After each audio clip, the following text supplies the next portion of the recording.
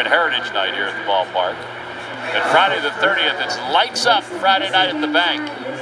Saturday, August 31st, 7:15. Sunday, the 1st, is a national game. Get your tickets now by going to Phillies.com. That means it's a night game. Outside corner to Hernandez. It's 0-1. Teoscar hitting .257. 19 home runs, 60 runs batted in. Gotta watch Freddie here. Like he was trying to time Aaron. Ground ball toward the left side, diving. Use the restroom, bro. I just used it like almost 2 hours ago. Hernandez has the game's first hit, an infield single. I don't think there was anything Bohm could do. I don't even think if he let Turner get it, he would have gotten it. No, because Trey's momentum would have taken him toward third. Freddie got a great secondary lead, so there was no play in second. And like you said, Tom, had nothing Alec or Trey, either one, could do. But it keeps it from first to third situation. Well, now Pages, who was 2 for 5 with a double in this series. Hey, he swung it pretty good. Got a little pop, too. Yeah, so far this year, 8 home runs. A lot of his damage is against left-handed pitching. 348 batting average against lefties. Dave Roberts playing the hot hand. Well, I think he's doing that, although he did have a little trouble in the outfield, but I think he needs to shore things up out there, too.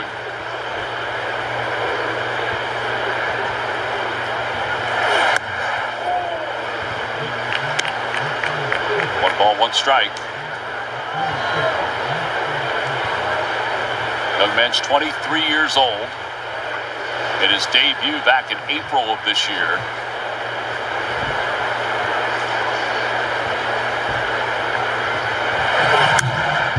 Towering pop-up.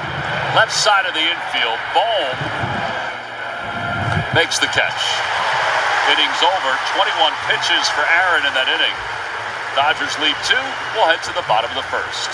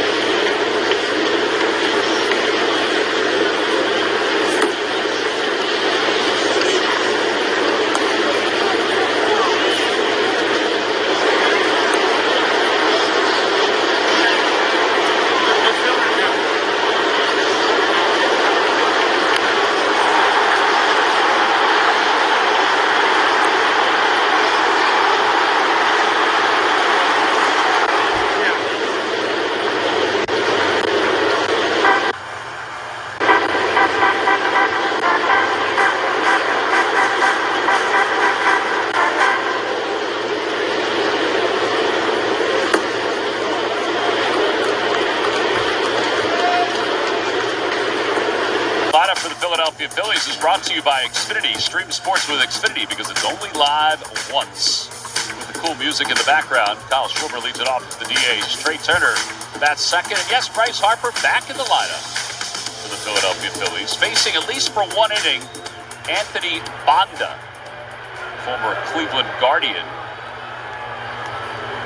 And they announced, I would say, about 3 hours before game time that he was going to start tonight's ball game. Landon Knack was supposed to start. He's throwing in the bullpen right now. Bouncing ball to first. Freeman's got it. Bonda forgot to cover. The flip, though, is in time. 3-1 on the putout. I'm sure that'll be brought up to him. You know, we don't practice these PFPs every single day in spring training to not do it in a game. And, yeah, like you said, Bonda got over there a little late. Freddie was staring at him. Kyle was running hard. He just couldn't beat Bonda to the base. All right, so 1 away. It brings Trey Turner up 5 for 8 in the series with the grand slam. Yeah, Bonda pitching in this first inning mainly because of Schwarber and Harper. And then if it gets any deeper, after Bohm, you've got Stott. But the plan, it seems to be, is that Knack will come in after. Fly ball, right field, pretty well hit. Going back, Pages, back to the wall, gone! Another home run for Trey Turner! Number 9 on the year. He is on fire. This time going the opposite way. It's 1-0 Phillies. Tell you what a year he has been putting together, Tom. And you know, that long stint on that injured list did nothing to hurt his timing because he has been swinging a hot bat since coming off that list.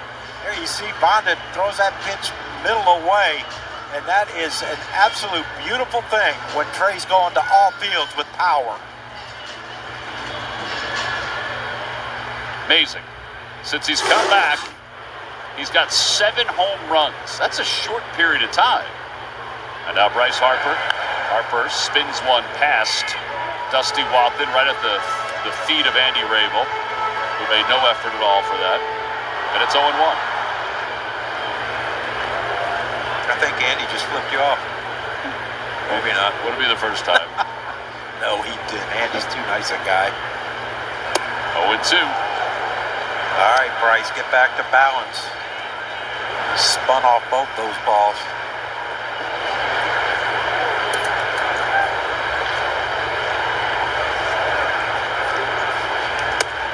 And a strike 3 call, top of the zone, according to Brian O'Nora.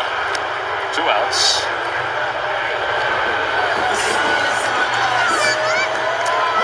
Yeah, it's a good pitch. You know, everything running away from Bryce, and then Bonda throws this one. You know, started at him and broke over that inside part of the plate in the upper quadrant. I don't think Bryce was tickled with that call, Tom. Well, here's Alec Bohm, and he takes high. Bohm, 1 for 8 with a double. Of course he had a double in this series. The National League leader in doubles with 31, which matches his total from last season. He's 5 RBIs behind Marcell Ozuna for the top spot in the National League. Indiana Bohm is up on the board. Oh, wow. He looks like he could fit that part. Tom, he could fit any part. 2-1.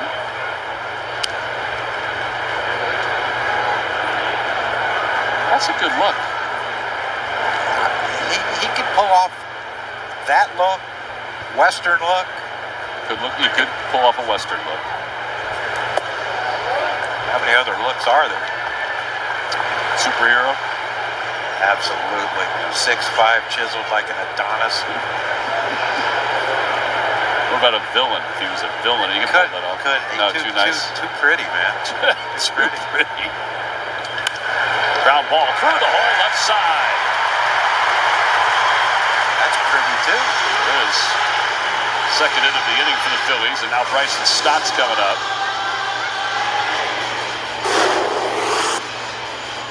Little Beastie Boys in the background. Yeah, no idea who that is, but that's a nice piece of hitting there by Alec. That ain't the Beastie Boys, is it? No, it's not. That isn't.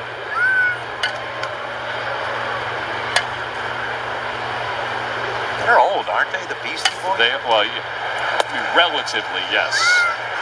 They're probably our age, so I don't like to think that we're old. Maybe snuggle up with me in bed and see how I get out of that thing in the morning. I'll be honest with you, I probably could picture. I've seen you get up from the couch in the office. Next road trip. Oh, man. Next road trip. We only need one room. Oh, no. 1 ball, 1 strike. That one's hit on one. Off the glove of Lux and into right center field. Ball will stop at second. And the Phillies have 2 on with 2 outs.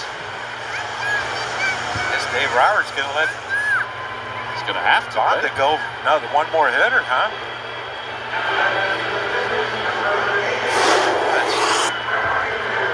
Bryson got jammed a little bit, but I don't know. It's a weird hop, I think. Yeah, I think it did take a little. It had some spin on it, and I think Gavin Lux misread it. Well, now we got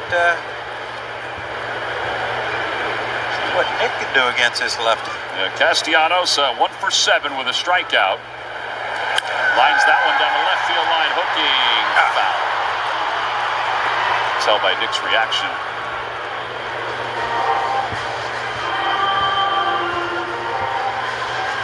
Be nice to make the pay right here. Yes, indeed. Yeah, I'll tell you what, though, that's a pretty swing by Nick. You see, not quite Carlton Fisk, but he wanted that thing. If that thing stays fair, he probably got 2 runs coming in. 2 outs, Bryson Stott on first.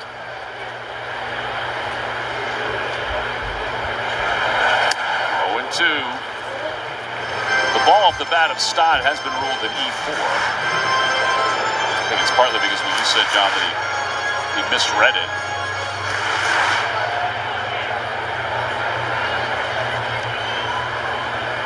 Oh, 2. Sounded like it may have broken something. Yeah, that was loud down there.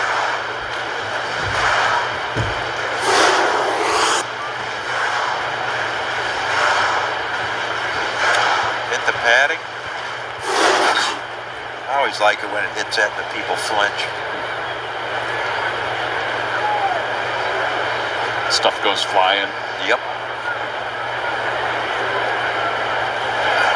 Swing and miss. And the inning is over. Phillies settle for 1. They get a couple hits. 2 men left. We're going to the second. 1-0 Phils.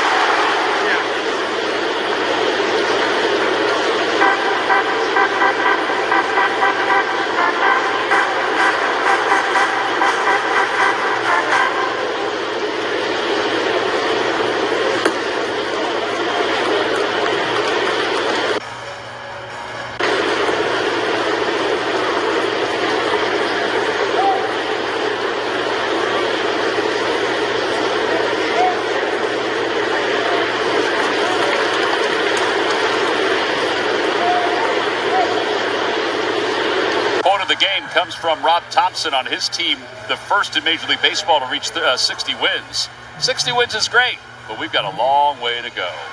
Now, Taryn, he's been echoing that, but he's been echoing a lot of other things about the process to get the 60 wins. Yeah, and a big part of the process of those 60 wins is playing here in front of this fan base here at Citizens Bank Park. The Phillies have been exceptional at home. Their winning percentage, .816 at Citizens Bank Park.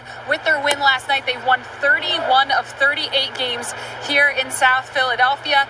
And they also secured a series win against the Dodgers, which means they've now gone unbeaten in 14 consecutive series here at CBP. They trail now only the 1993 Phillies, who went 15 series at the vet without dropping one. So I don't know if you can say anything about this Philadelphia team except for what it means to play here at Citizens Bank Park. Guys, I have to ask, you've been around a little longer than me. In your eyes, what is it that's so special about this year? And yes, that is both a reference to my resident John Cusack here, Ryan. Well, I think in 09, during that stretch of sellouts, I think we had that feeling. But I think it's to a different level now. I mean, John, in 93, the vet was so much bigger. At least it seemed that way in Citizens Bank Park. That's a fair ball down the left field line. And Miguel Rojas is going to get to second base to lead off this second inning. I felt there were nights where the vet was rocking and shaking, particularly in the postseason. Yeah. But I don't know if it consistently was like this. No, it's not like this. This has been almost from the start. You know, it kind of has been. But there's that ball that Rojas down the line. Nothing Alec Bohm can do. Now Aaron's got to go to work. Runner on second. No outs.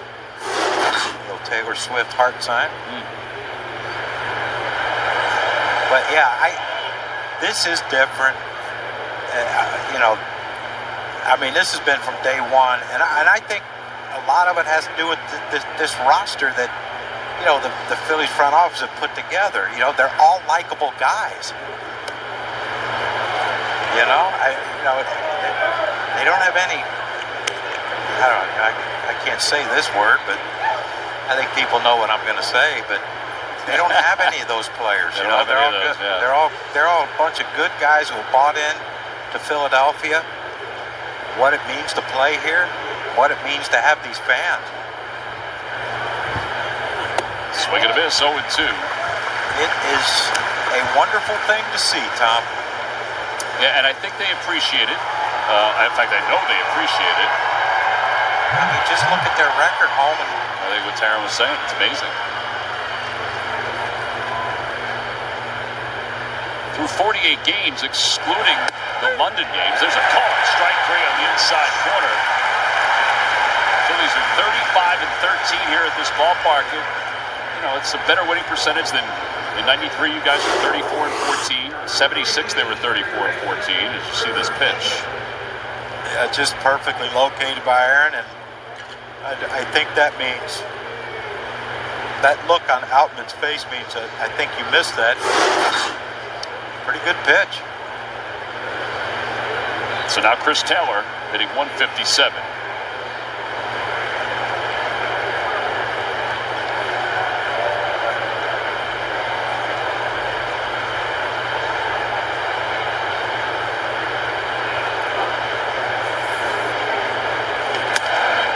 That one missed outside. It's got to keep an eye on Rojas. He's dancing a lot, isn't he? He's dancing out there, and he might have had him timed right there, and he just didn't go. Especially now with the right-handed hitter, Stubbs is going to have to throw around him. 1-1. There's a lot of turning around with Brian O'Nora, but these are strikes. They are, both sides.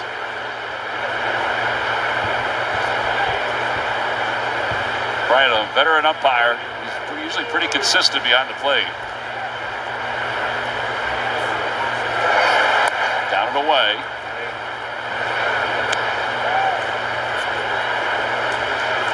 And by the way, we mentioned that win-loss record at home. One of the games in London was a home game. The other one was a road game, but it wasn't obviously here, even though it was a partisan Phillies crowd that was out in London.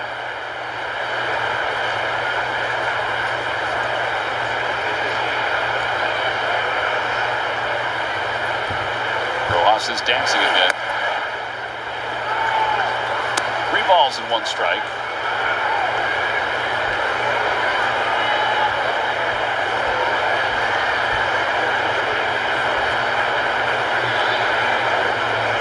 And the Dodgers are getting Landon Knack warming up. He's been warming up.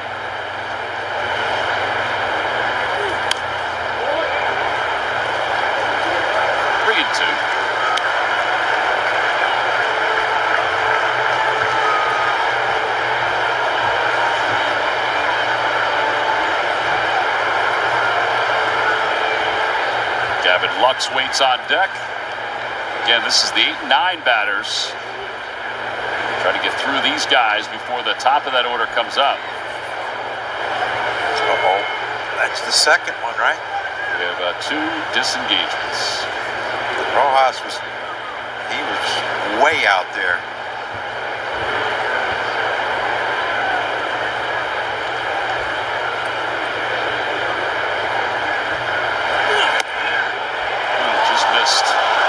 Second walk, which is amazing to think because Aaron hadn't walked anybody since the 18th of June against the Padres. Yeah, that's a close pitch. It was away, though. Another good call by Brian O'Nora. And this is where Aaron, look, now you got a lefty up. The last thing you want to do is put all your focus on Rojas. You know, if he steals, he steals. You know, let Stubbs worry about that. Lefty now with Lux hitting a better shot for Stubbs, but you know, you can't worry about what Rojas is doing out there because the guy on deck's pretty lethal. Yes, he is. 0-1 to Lux. Lux 1 for 5 in this series, 1 for his last 25.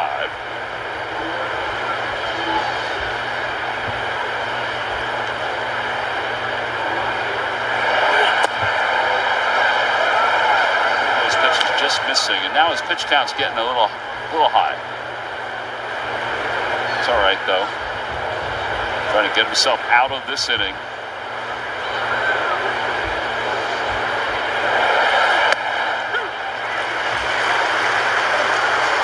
Might have had a little help there, Tom. Yeah, half a baseball help. Yeah, close enough. You can see the pitch count at 37.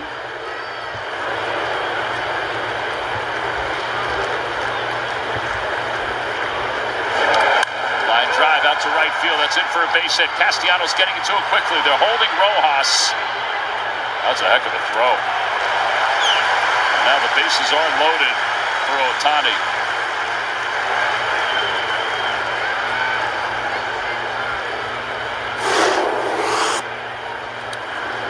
And Nick charges this ball well. Looked like it took a funny hop on him, but just an absolute perfect throw.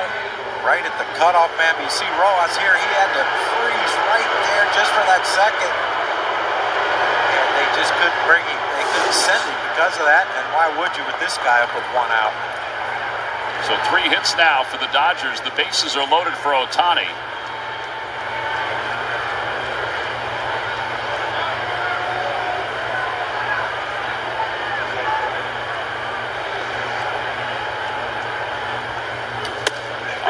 Inside corner, according to Brian O'Nora. Tell you what, I'd throw a couple more in there off the plate if he's going to call that one. I don't know what you can do with that if you're Ohtani.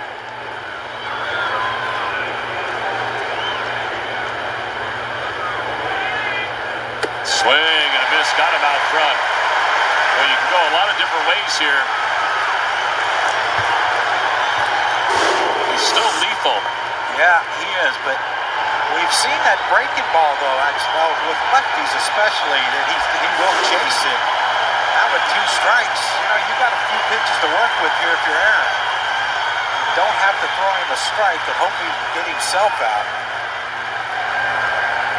Bases loaded, no balls, 2 strikes. Ohtani against Nola.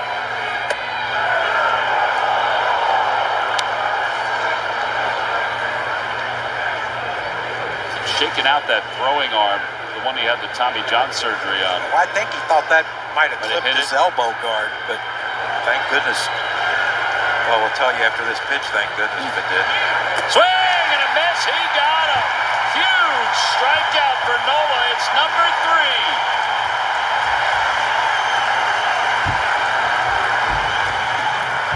And they are bested.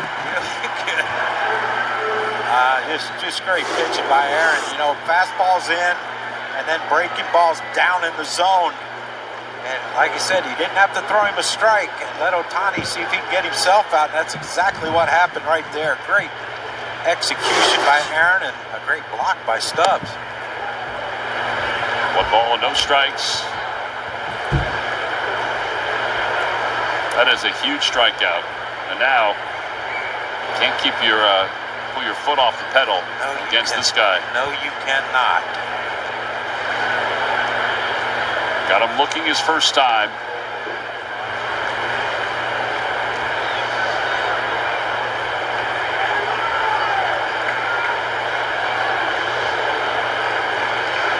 Aaron's got him a good lather going. Yes, he does.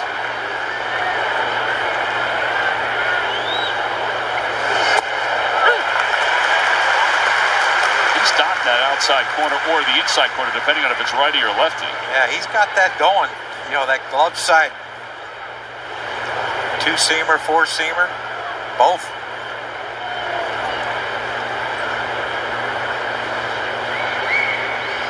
Ground ball out to shortstop. Nice hop for Turner. Flips to second just in time. Woo!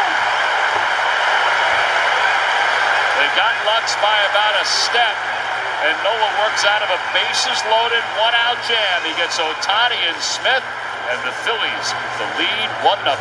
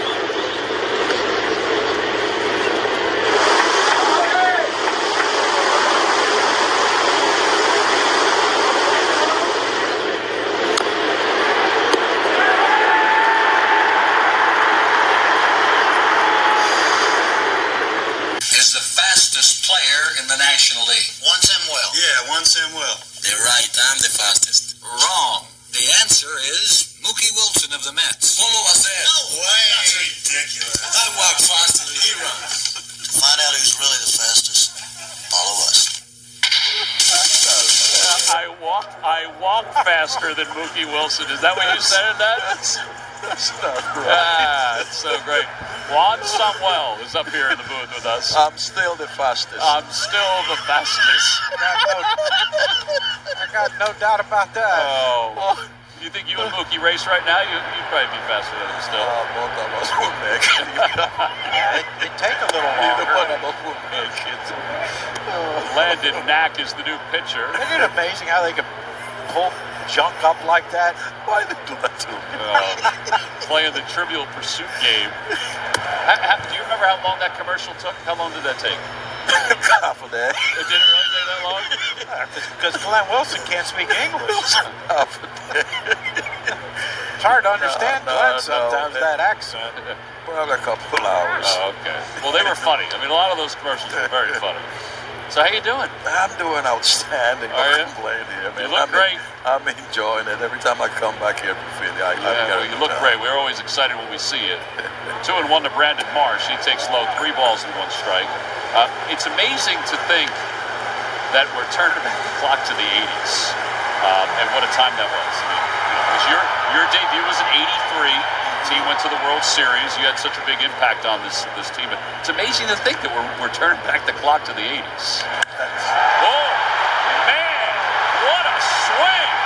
A line drive home run for Brandon Marsh, number 9. Wow.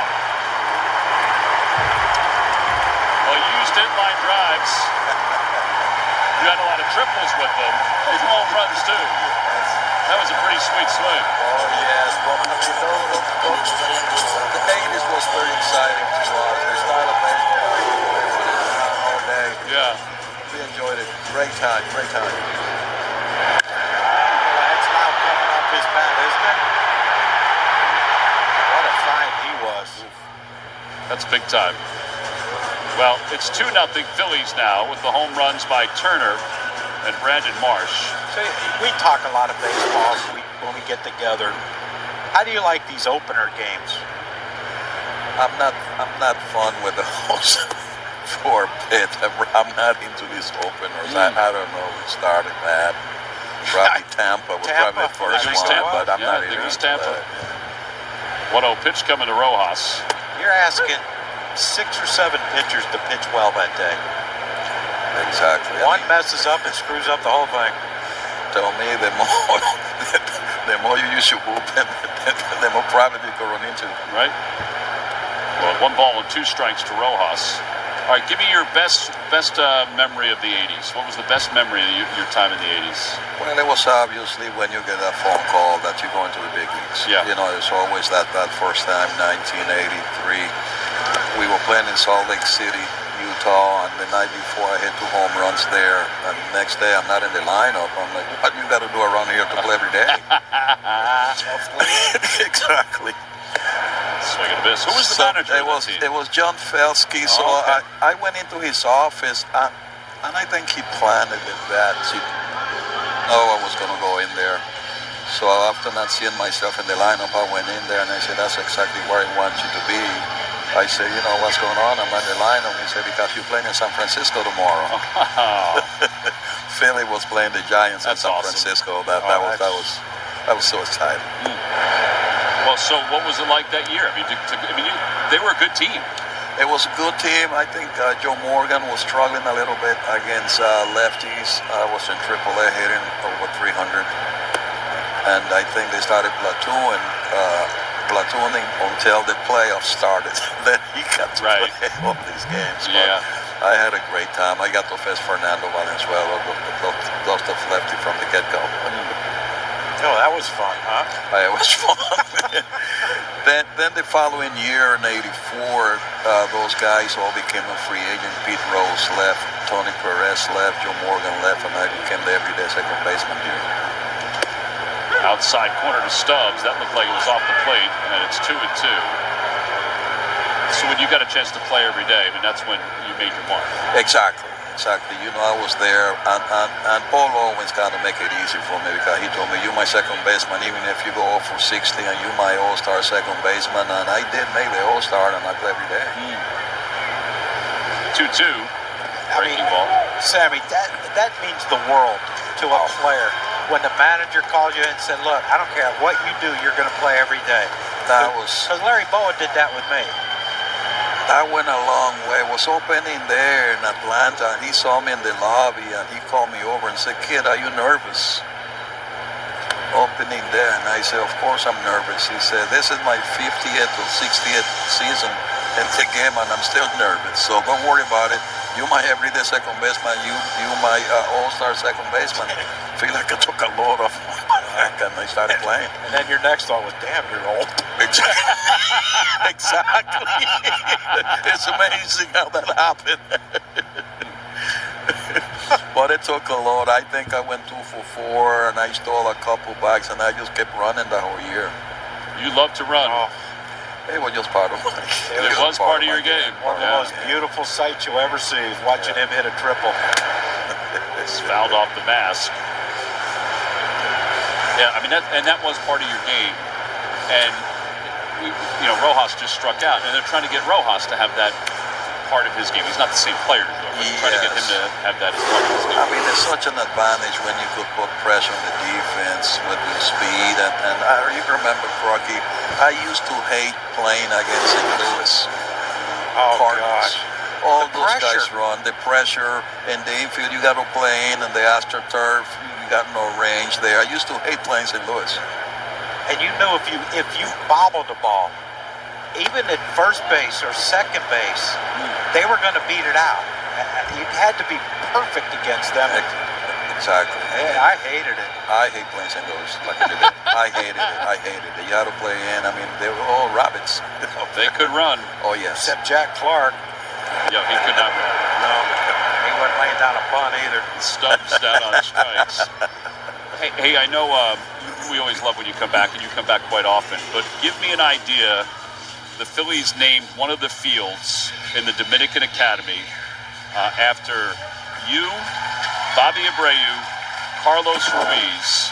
What was that day like? It was such a special day having so many people, friends and family. John Middleton was kind enough to go down there. All the kids, my family were there. The staff of the academy were there. All the kids at the academy were there. Rolly de Armas, who was my first manager, were there. And the gentleman that discovered me in San Pedro de Macorís, Cookie Acevedo, I asked him to come, and he was gracious enough to come. Wow. So it was an unbelievable day. Well, and I should mention, too, that Raleigh, they named the bullpen. There's Raleigh. It's amazing he's still around.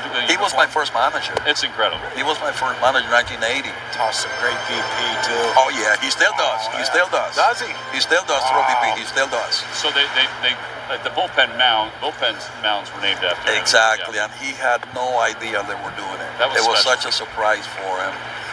I found out the minute they told us, don't leave, we got something special. We want you guys to be over here.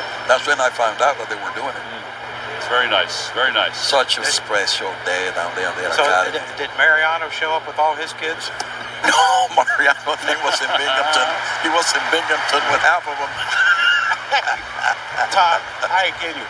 These two guys, Sammy and Mariano, could have their own comedy act, and they would sell out That's arenas. so funny. They are the two funniest human beings I've ever been around. Here's Trey Turner coming up. All right, so StatCast powered by Google Cloud. Sammy, this is his 9 home runs so far this year, including the one tonight is in white. Everything was pulled except for the one tonight. How important is it to have opposite field power like that? It's outstanding. It's outstanding. I mean, if you can control that side of the field, you have no problem. Because pitches inside, we all know we can handle it. But if you can control that right center gap over there, it sets you up. It sets you up real good. Well, he's now 15 for 34 against the Dodgers as a member of the Philadelphia Phillies. Swing and a miss. You played for the Dodgers as well, but it's always nice when the Phillies beat the Dodgers. Well, right now I like it. Yeah. Right now I do. But yes, I mean, it was funny. I was downstairs taking some pictures with the fan. It was. Ground ball toward third. Bobbled by Taylor. That'll be another hit for Trey Turner. Most of them, it was obviously all the Philly fans, and I think it was 8 or 9 Dodger fans that probably still remember. I'm like, we remember I played there, right? So it was a nice seeing all these folks down below. You know, Sammy, we come back every year, of course, for the Wall of Fame weekend, and you play with different organizations. I play with different organizations. Is there a classier organization in the Phillies? No. I mean, like you said, I play in Detroit, I play in Kansas City. Those are great teams, great organizations, but this is just another level. Yep. Well, here's Bryce Harper. Phillies up 2-0 here in the bottom of the second. Juan Samuel joining us up here in the booth. That was a hefty swing. That ring wasn't ugly we got a couple years ago either, was it? Oh, that was outstanding. Yeah, got one. I don't even think Mariano can compete with that with all the stuff he wears. 0-1. Outside 1-1. So what are you doing now? Well, I'm continue to work. I'm special assistant to Latin America Scouting and Play Development. I go to the academy a whole lot in Clearwater and try to be a mentor to a lot of these kids, trying to get as many as we can up here. But it's a couple good players that are coming through. We have a good group in Clearwater. That group that's playing in the complex league. I mean, that whole lineup is kids from the DR. One of the directors of the guy posted a lineup, and it was all Dominican players, kids from the academy. I mean, the future is bright here in this organization. That's great. 1-2 to Bryce Harper. And that's got to mean the world to those kids to have someone like you who is bilingual, can help them with that part of off the field stuff. Was really good as a player too. Absolutely. Yeah. Especially, John, I mean, you know that the language barrier is coming over here. I mean, you know that the language barrier is coming over here. Them having somebody that speaks their own language, then you start seeing the abilities coming out a little bit more, because they don't have to worry about the language anymore. 2 balls, 2 strikes. How's this Eduardo Tait kid, the catcher? Pretty good? He's a player. Yeah. He's a player. We got Tait. We have Guillermo, another catcher. We have Cava down there. We have Villavicencio. I mean, you could just go down that line. A lot of those kids really got a chance. They got a chance. That's great. 3-2 now to Harper. Schwarber at second base. Turner at first. Home waits on deck. Landon Knack in his first inning. Tapper off the glove, going towards second, barehanded by Rojas, no play, and the bases are loaded. A couple of infield hits. Yeah, we're not really pounding the ball this inning. Speed kills. First hit of the series for Harper.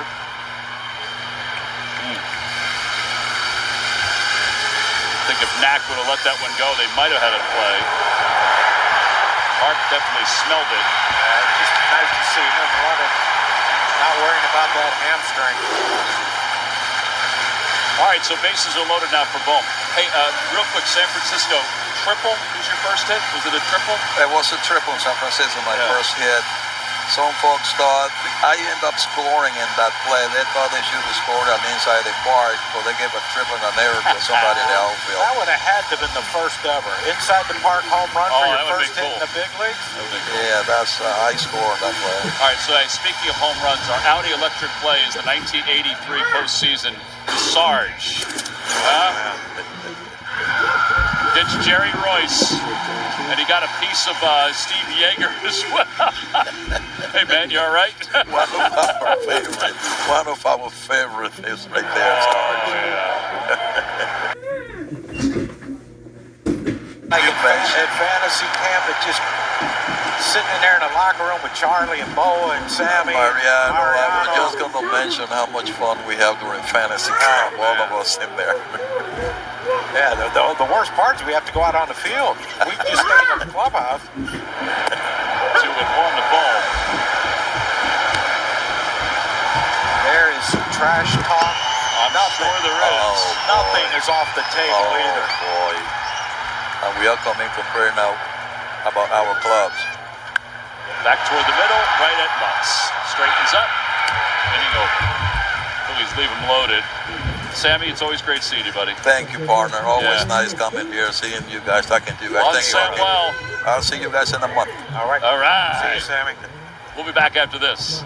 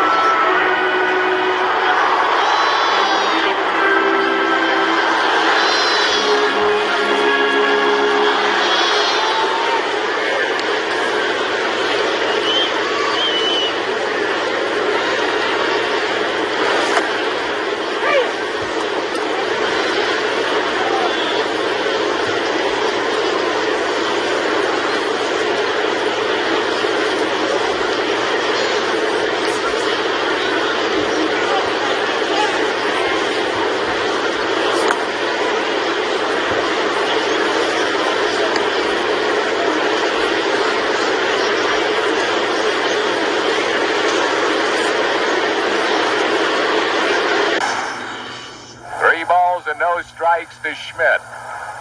Here's the stretch by Robinson. The 3-0 pitch. Swing and long drive.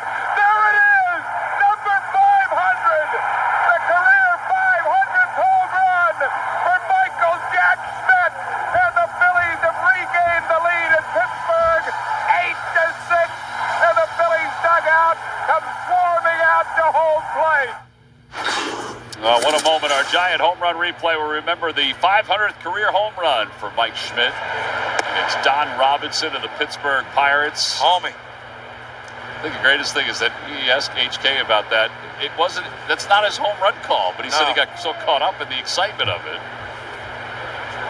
Yeah, that was pretty electric. Freddie Freeman leads it off. Phillies up 2-0. They could have had more, but they left them loaded, just as the Dodgers did.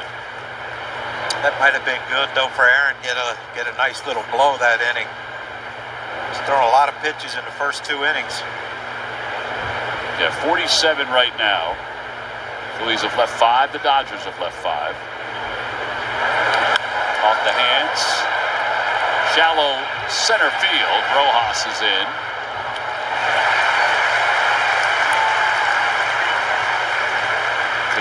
Take a look at our live lines presented by FanDuel.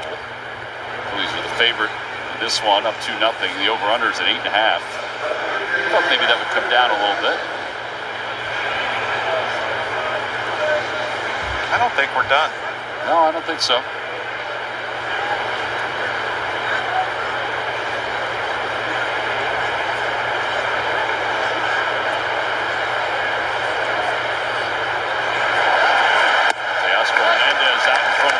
Ball.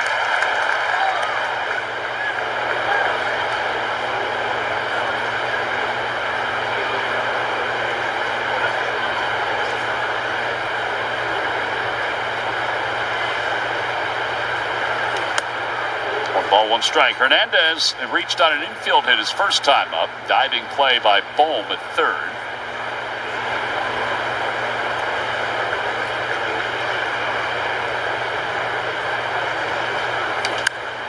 Foul off to the right, and that'll be into the seats. Stott's going to give it a look.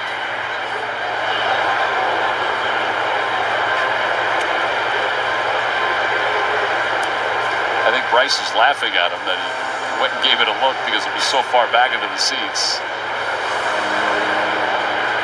That's got to be interesting playing alongside a guy from the same hometown. Good hustle. He might have said false hustle. Knowing those two, they might have a conversation the rest of this inning.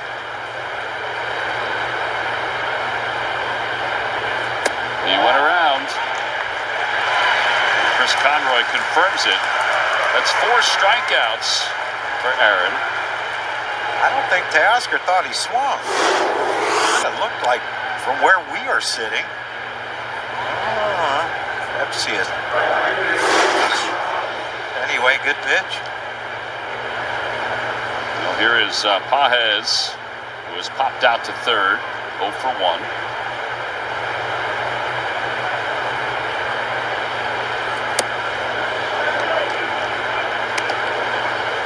Fourth most hits among rookies in the National League. He's got 69, hitting .255 coming in.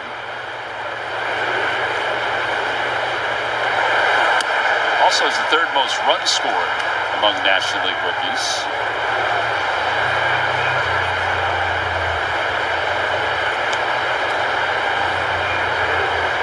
2-0.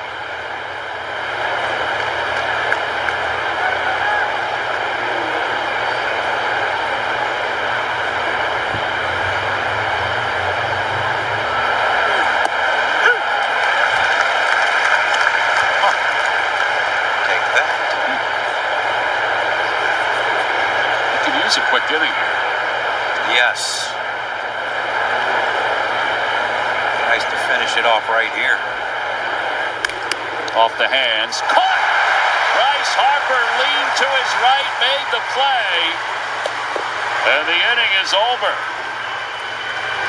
11 pitches. That's a fantastic reaction play by Bryce to wrap up the top of the third.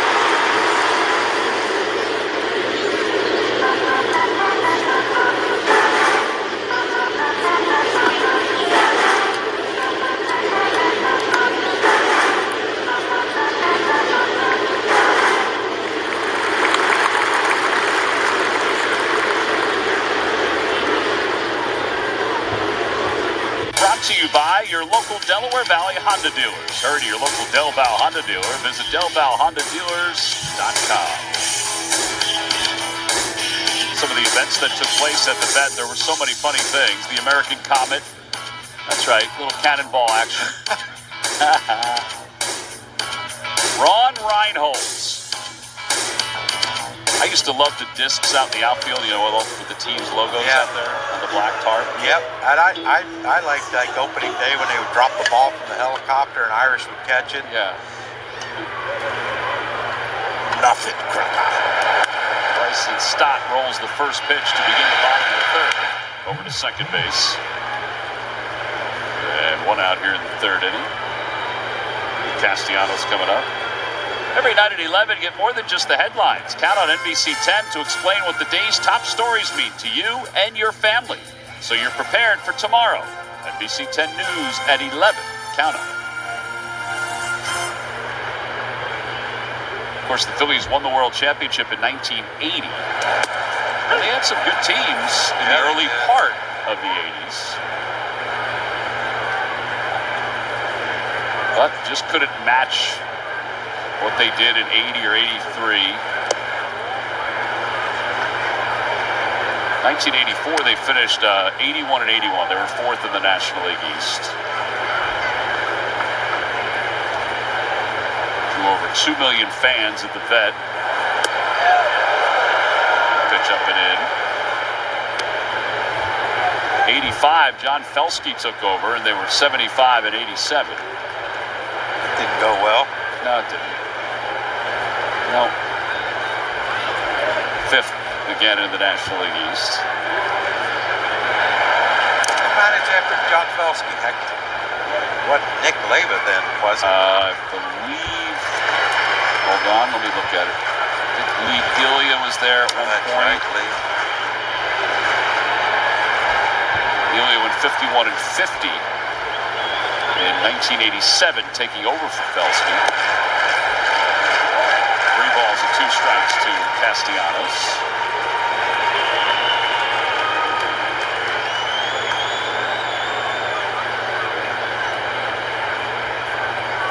Book was 5 and 4 in 1988. Swing and a miss by Castellanos. He strikes out for the second time. And that's the third strikeout for Landon Knack. Fans 21 and older will beat the Heat this summer with the Miller Lite floppy hat, which they'll receive when the Phils host the Nationals on Thursday, August 15th at 6:40. Get your seats now by going to Phillies.com. And then Nick Leva took over in 1989. Took them up until Jim Fregosi.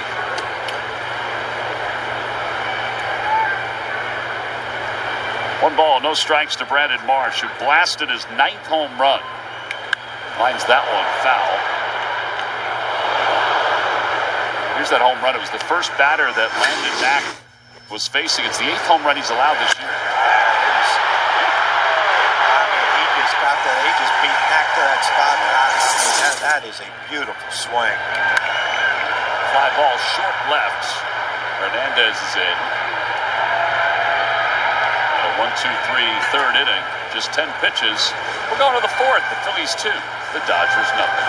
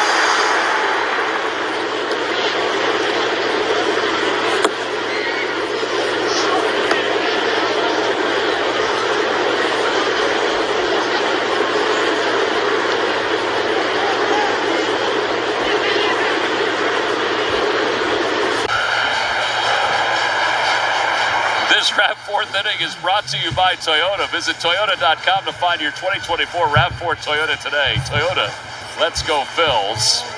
Oh, some of the former Flyers, Brian Propp, Boxcar, Hospodar, and then Brad Marsh changing the base at second base.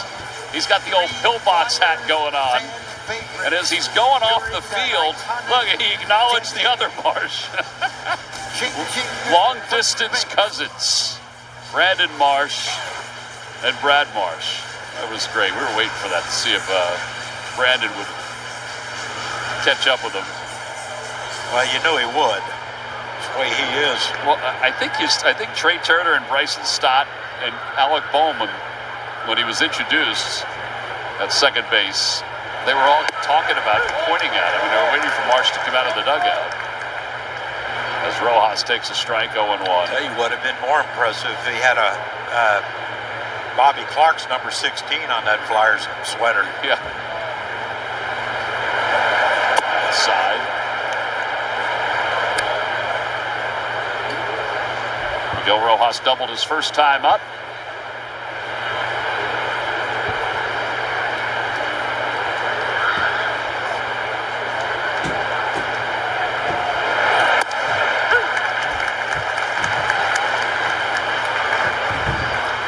Rojas is having a pretty good, kind of like a bounce back year, right? He struggled last year, I think, if I remember correctly. Yeah, 285 coming into this game, 289 now after his double.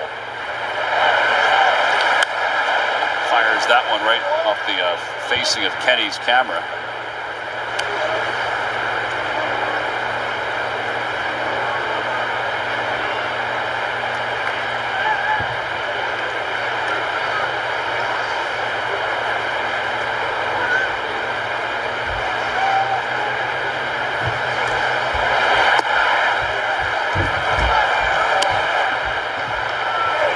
Last season, 234, just 10 RBIs.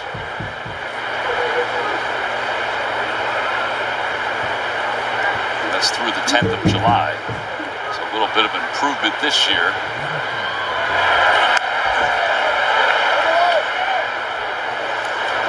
I will say he's been steady for his entire career. Yes. Yep. Plays hard. Doesn't strike out a lot. No, you wonder how it's going to work when Mookie comes back. Will they platoon Rojas and Gavin Lux at second, maybe?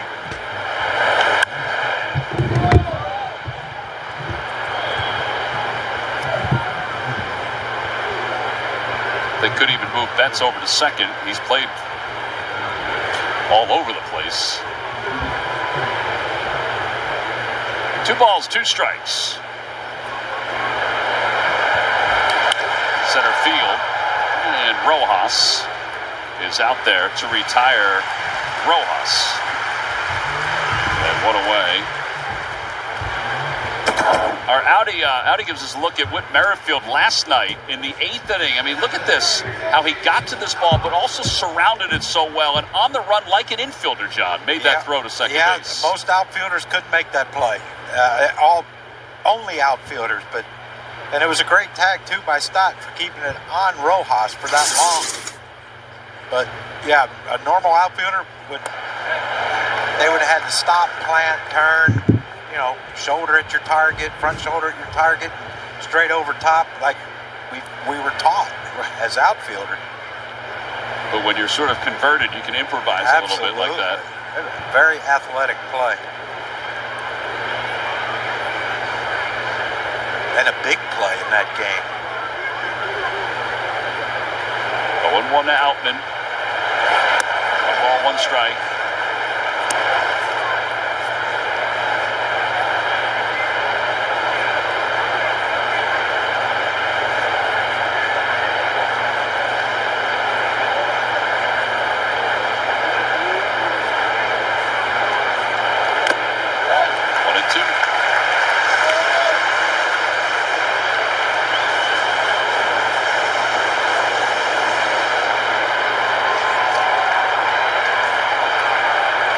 Was hitting 147 before he was sent down to the minor leagues.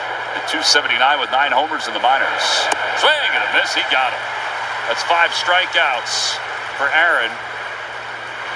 And he is zeroing in on 1,700 strikeouts in his career. Yeah, and this has been his bread and butter since he's gotten to the big leagues. That knuckle curve, and you see how far out front Outman was. Beautiful pitch by Aaron. And Chris Taylor now the batter. He walked his first time to the plate.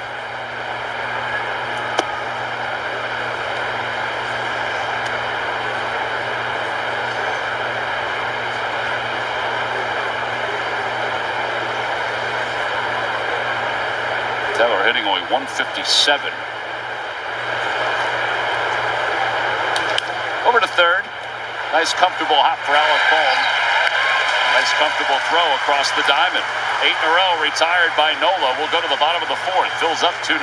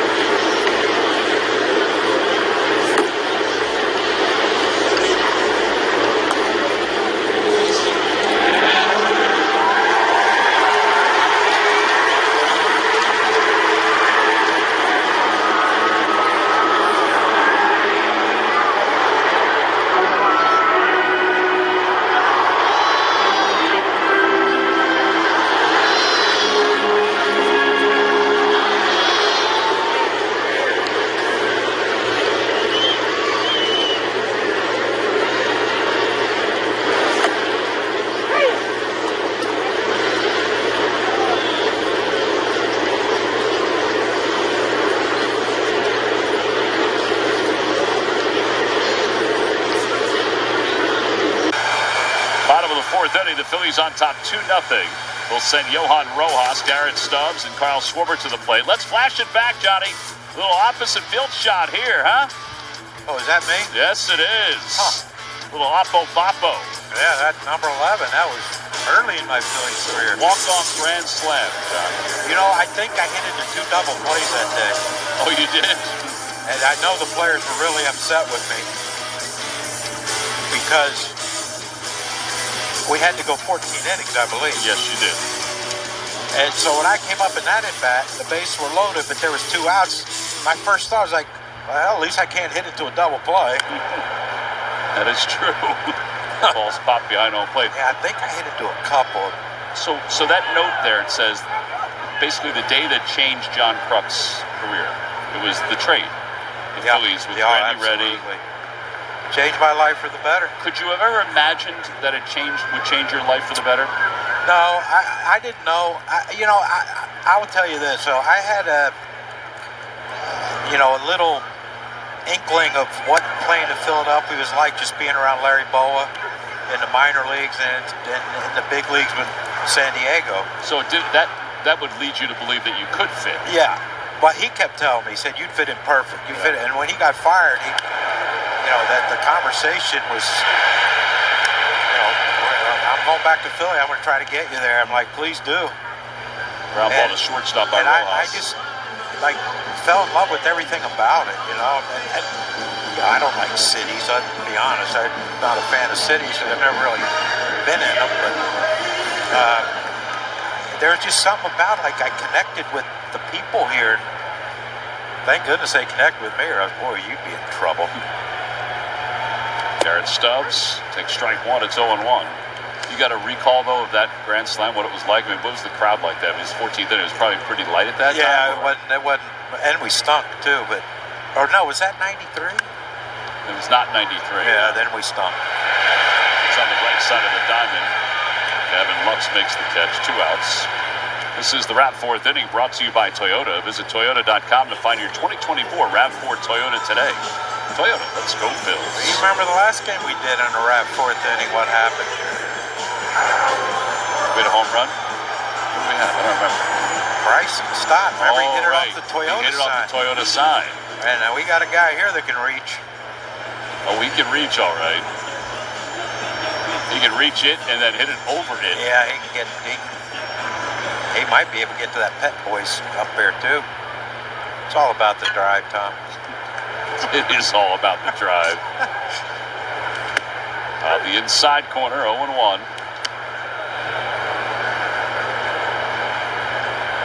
I just remember we were in Cincinnati when Spikey and I got traded here. And, you know, we flew in that morning, and they put us up at a hotel. We go to the hotel, unpack, go to the ballpark, and Bo and Boop were in there, and they're like, "What are you guys doing here?" We came to play. They said, "Well, you've got 3 days to report." And we're like, "But we want to play." But that's 3 days of not playing. We want to play, and they were like, "All right, good." I don't know who they sent out. I don't know how Chris James was one, so right, they had so to send someone spot. else out. And me and Spikey Rotten lived together for a few years. Ground ball to second base. Well, this is going to be another easy inning for Landon Knack. 4-3 on the putout. We're heading to the 5th in South Philadelphia.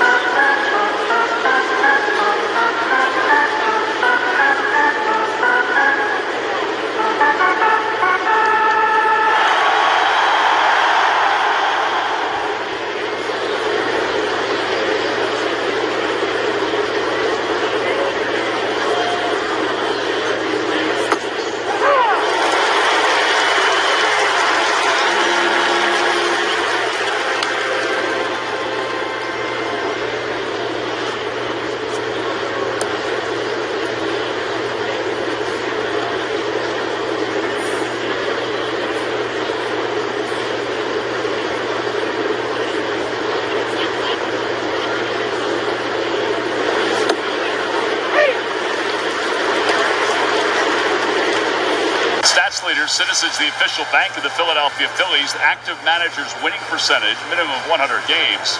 Dave Roberts, a .627 winning percentage. Rob Thompson, number 2. And then Booney, Ryan Snitker, and Mike Schill. Dave Roberts had a lot of success during the regular season. There's no doubt about it. Rob's just trying to keep his team on the path to success. Dave Roberts is just trying to keep his team healthy if he can. They have 15 players currently on the IL. They've had 1,032 players, or 32 games missed by players on the IL. That's the most in Major League Baseball. Down the left field line, slicing toward the corner. Marsh on the run, and it is gone. That is a home run for Gavin Lux that just got out of the ballpark. It's just his 3rd home run of the year, and it's a 2-1 game.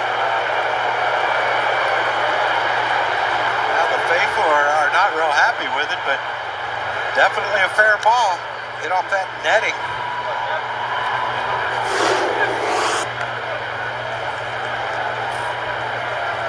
Just a pitch that leaked out over the plate on Aaron. And, you wouldn't think that that ball was going to go out, but yet there it is, hitting off the netting.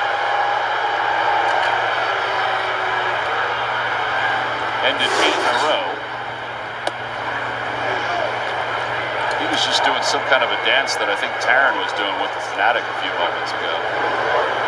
He was going to third base.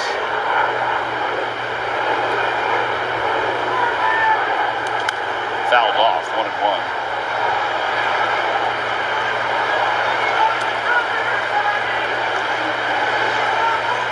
Ohtani's 0 for 2.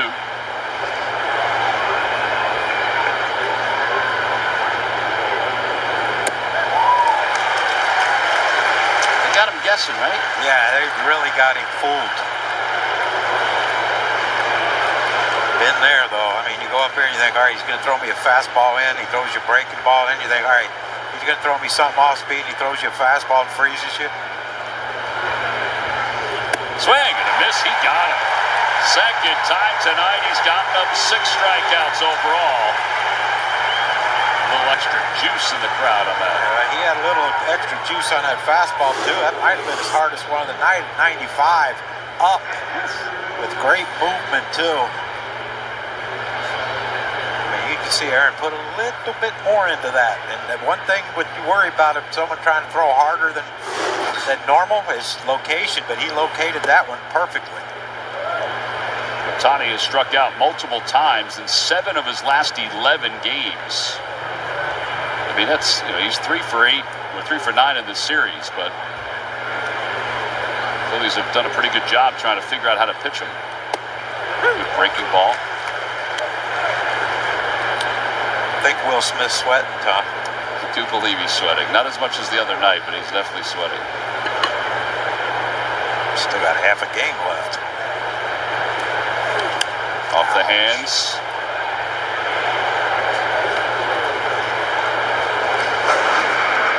It's either Joe Roush or Kenny that were going to make that catch. I don't know who was closest to it.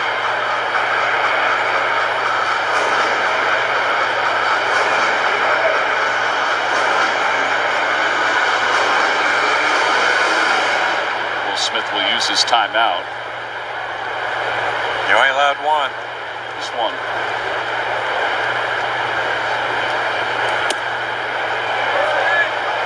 Oh, cutter.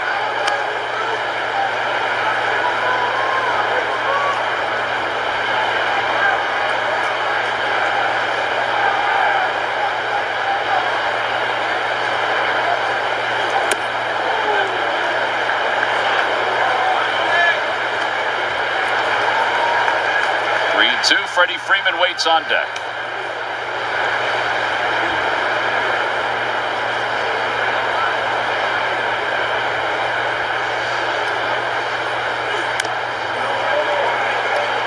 Away with one there. Hanger by Aaron. He had to work those first couple innings, but he's working here in the 5th.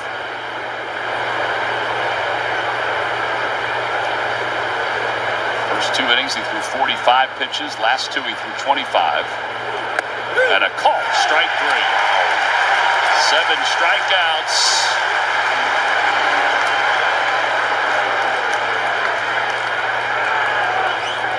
Well, give Will Smith credit for not saying nothing to Brian O'Nora behind the plate, because that one was a tad bit out of the strike zone, Tom, for strike 3. Yes, StatCast 3D shows you it's above the box. Freddie Freeman 0 for 1 with a walk.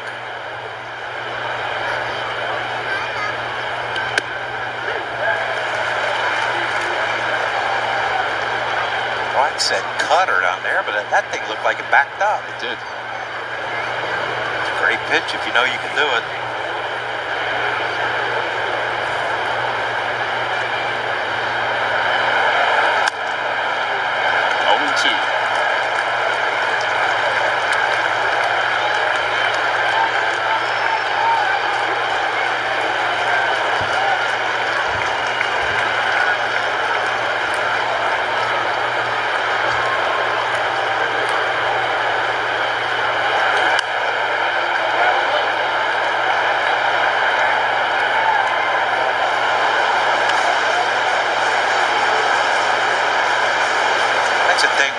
but what makes him so good is he's great with his hand, but he can get fooled with an off-speed pitch and still flick something to left field for a hit or a double. It used to be when you were allowed to shift, they would leave the shortstop position open, but he just pepper it. Yeah. What's going on? I think there's a malfunction. There's some kind of a malfunction, equipment malfunction for Brian O'Nora. Someone help him. There you go, Stubby. Good job. People helping people. That'll get you a call. Unless he doesn't do it right. Yeah, unless he's messing it up. There he goes. I guarantee you can throw one right down the middle next to the bat and it'll be ball.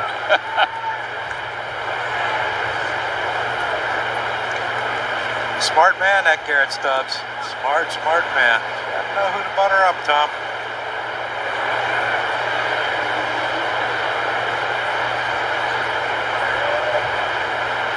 And the 1-2. Swing and a miss. He got him.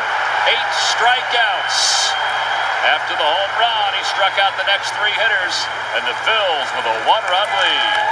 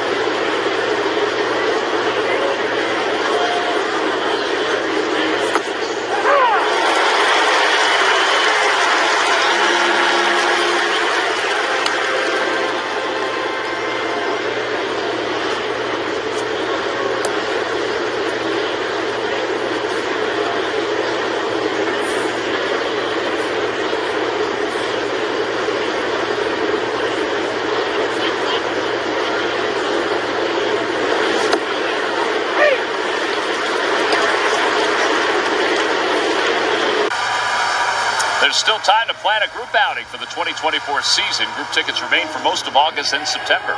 Groups of 25 or more will receive ticket discounts at select locations for most games. For more info, visit Phillies.com/tickets. Trey Turner will lead it off. Turner has 2 hits today, a home run and a single. And gotta tell you, Taryn, he has not missed a beat since coming off that injured list. No, not at all. I was talking to Phillies hitting coach Kevin Long ahead of today's game, and he cited Turner's season thus far as one of the things he's most proud of as he reflected back on this Phillies 60 wins so far this season.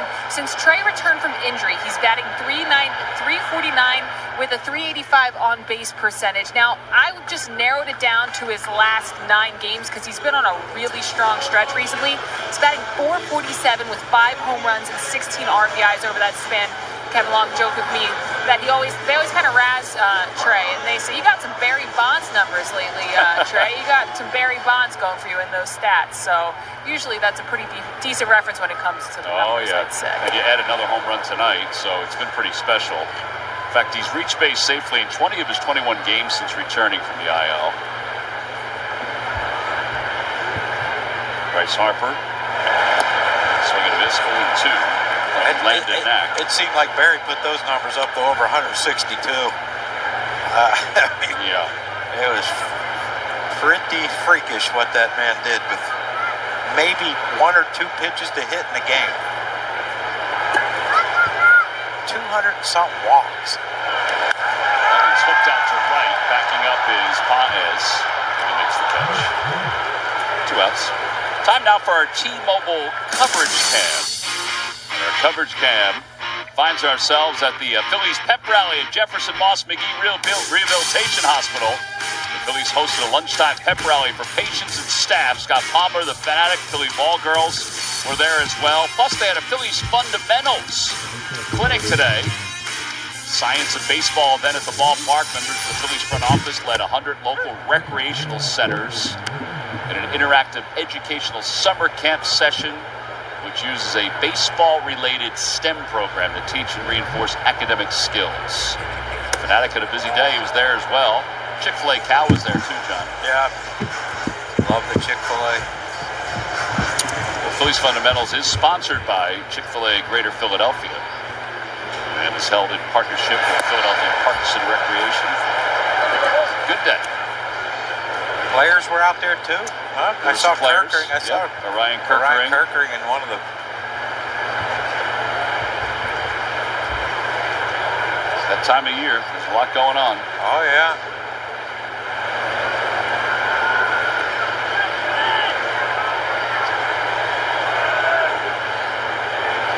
This young man's retired 9 in a row.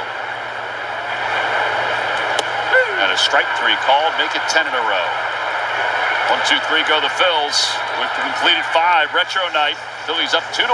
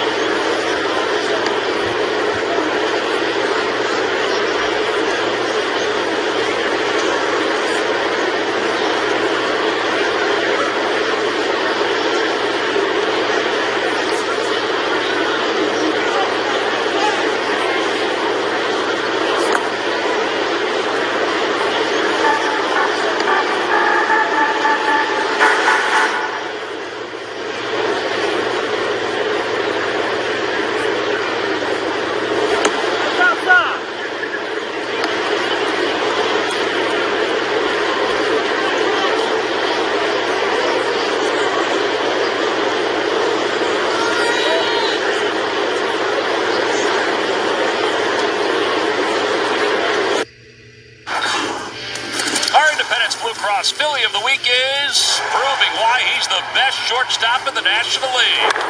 Trey Turner has celebrated being an all-star starter by putting on a power display that included a pair of multi-home run games. As he racks up hit after hit, Trey is on pace to record the highest batting average for a Philly this century. And you can't forget about the sweetest slide in the sport. That's why he's the Philly of the week. Presented by Independence Blue Cross. The Philly of the week already has a home run. Wait a minute. Brandon Marsh of the Fanatic. Little take on me from AHA. We were watching MTV and thinking, man, that's an awesome video. Brandon loved it, though. The Wet Bandits. I think there's a whole lot he doesn't like. Oscar Hernandez will lead it off. That foul. Speaking of bands, are you supposed to sing tonight? Not tonight. I said before this homestand's over. Oh, okay. Because I didn't know how busy we were going to be with the 80s, Turn Back the Clock, and Sammy, and plus Hootie doesn't want anybody to think that he's been around since the 80s. Yeah, that's a good point. Good point. Yeah. Oh, I'm sure I'll get some messages. 1 ball, 1 strike. Me and my big mouth. 1 and 2. I've said I'd do it next year when I go up on the arch in St. Louis. You just got to get to the arch first. You can't keep adding responsibilities to. Yeah, but that might keep me from my fear. What, singing? Yeah. Or getting Hootie to come with you? Well, maybe I can see if Darius is going to be around. 1-2. Just a bit high, 2-2.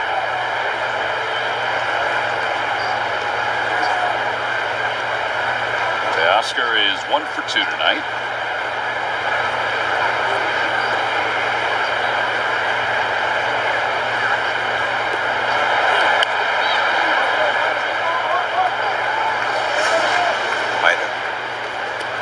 Might have dented the cup in his bat.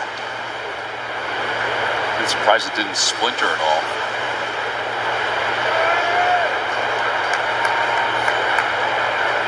Who was that a few years ago was using that bat that the cup was all cracked in? He kept using it. Oh, yeah. I don't remember who it was. I do remember the bat being chipped away. Yeah. Oh, man. I can't remember who that was. Wasn't him. It's not him. Not the guy in the green shirt either.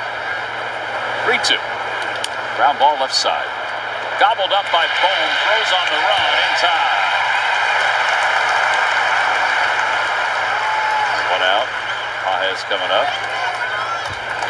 Game recaps and so much more. Follow your Phillies with the Phillies Talk podcast presented by Team Toyota on YouTube or wherever you listen to your podcasts.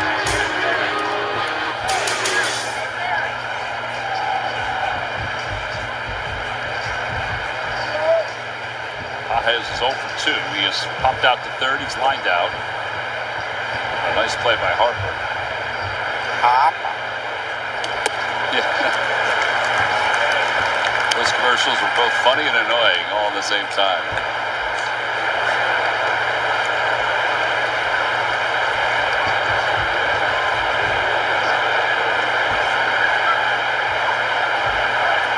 Probably stretch Nola out here a little bit more since this is his last start for the All-Star break? Yeah, I would think it, look, he's got 1 out here, 96 pitches. Could they push him for another inning with just a 1-run lead? Well, he went around. You want to talk about handcuffed? I think he was guessing strike. But I don't think he got a strike, Tom. No, he didn't.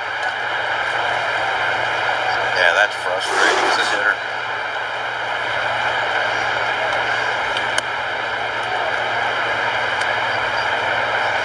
Matt Strahm starting to loosen the pen. Everyday Matty.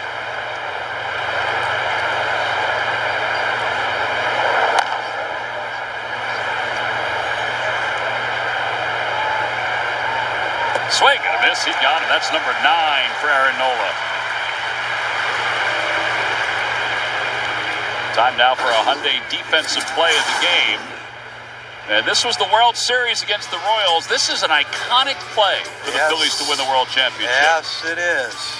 Pops out of the glove of Booney. Pete gets it, and then Pete dribbles it back to the pitcher. But I tell you, ever hear Booney tell the story? Oh, yeah. Oh, man, is that funny. Oh, yeah.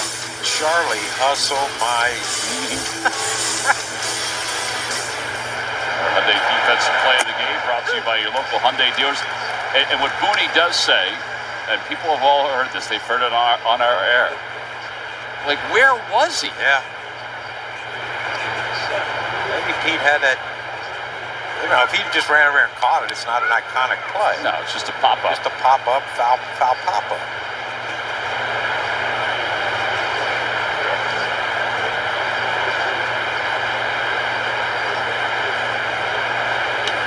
Off the hands, back a third, back is Bohm, makes the catch as he lost his hat. And the inning is over. 6 in a row since the home run by Lux. If it's in for Aaron Nola before the All-Star break, he's got a 1-run lead through 6 as we go to the bottom of the 6th.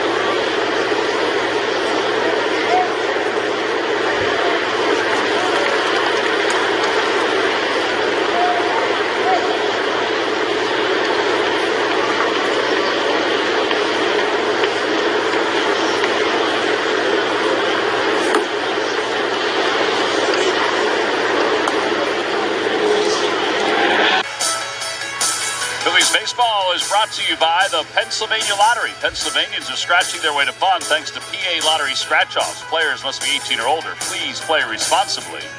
And by Nissan. At Nissan, we make cars that thrill. Experience the thrill for yourself today. Shop NissanUSA.com. All the bullpen car. Matt Breen in the Philadelphia Inquirer had a great story about the bullpen car today. And that was the giveaway for tonight, thanks to the great folks at Chick-fil-A. Nobody uses it anymore except for the Washington Nationals. I think they're the only ones. And here is the giveaway. What a great giveaway. That really is. I mean, if you were a reliever, though, and it was like, 100 degrees out, wouldn't you take that in from the bullpen? Todd Coffey would. I mean, he'd race it. He would race it, yes. But Adam Ottavino took it the other day in Washington. it's smart. I used to love that, watching the Yankees back in the day. And well, they had the little, I guess it was a Toyota, right? They drove like a car. yeah, but I thought that was always neat. I used to laugh when, I think it was when Rich Gossage used to try to get out of the car. He's a large man. Yes. Yeah. There's Vessi warming up. And I'm sure, as I've witnessed many a time, the intensity, if he couldn't get the door open, I feel sorry for whoever's driving, and I feel sorry for everyone that has ever even thought about working at Toyota, because I'm sure he would have had some choice words for him. 5 strikeouts for Knack. He's retired 11 in a row. Time now for our Chick-fil-A Nugget. We go back July 11, 2005. Right fielder Bobby Abreu wins the Home Run Derby at Comerica Park, setting new records with 24 homers in the first round and 41 total. I was there for that. That was impressive. That was a big ballpark, too. Yes, it was. Castellanos off the end of the bat. It's not that deep, and it's going to drop. Outman started back. That'll end the 11 in a row. I mean, he really started back on that. Yeah, he thought that ball was going to be up there in the bushes. You see there, Nick, get it off the end of the bat, look it out, 2 or 3 steps back, then a hesitation, and then no chance of catching up to that thing. Now it's make him pay for that one. You got to get some insurance. Yeah, Marsh homered off Knack to start his outing when he came in the second. Well, that's it. The only run he's allowed.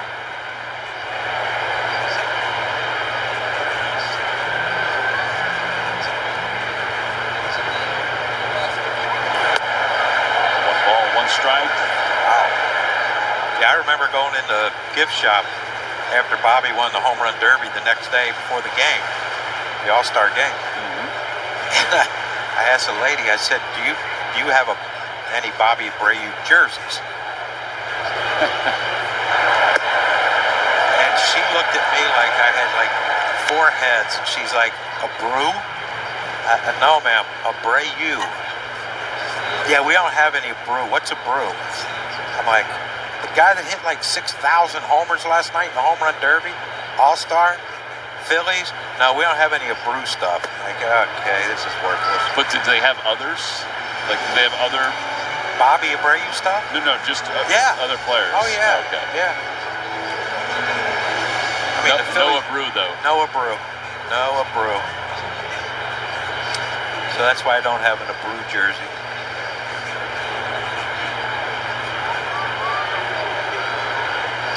I even spelled it for her. She still couldn't get it, huh? She was very, very, very convinced it was a Brew. Line drive into right field. That'll be a base hit. Go to the corner. Castellanos is to third. He's being waved home, and he's going to wind up scoring. It's an RBI triple for Marsh. And the Phillies lead it 3-1.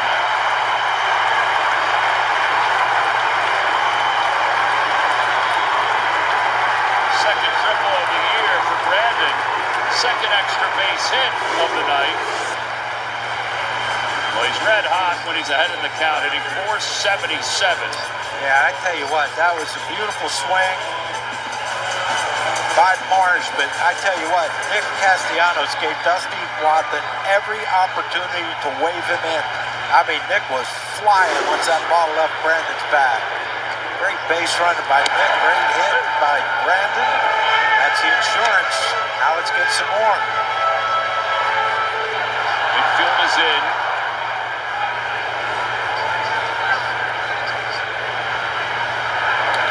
It's sharply through the hole on the left side. A base hit for Rojas. Marshall still standing. 4-1 Phillies. Well, not only did they get some more insurance, they added a whole lot more to that policy. That's it, man. With the infield in, just put a good swing on it. Hit it off the barrel, and you got a chance.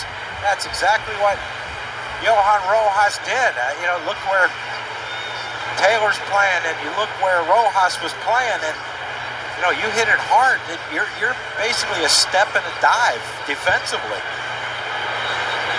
And Dave Roberts coming out. It's our Nissan call to the pen. Experience the thrill for yourself at shopnissanusa.com.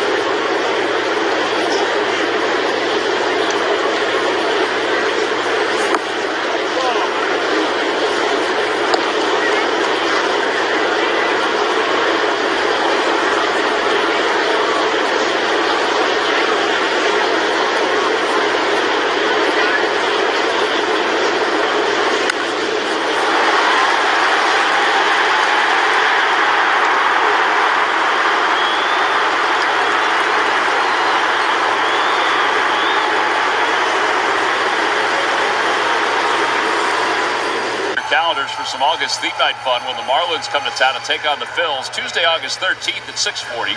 That's Harry Potter night. And then Wednesday, the 14th is also at 6:40. That's Italian Heritage Celebration presented by Primo Hoagies. Visit Phillies.com/theme nights to secure your tickets.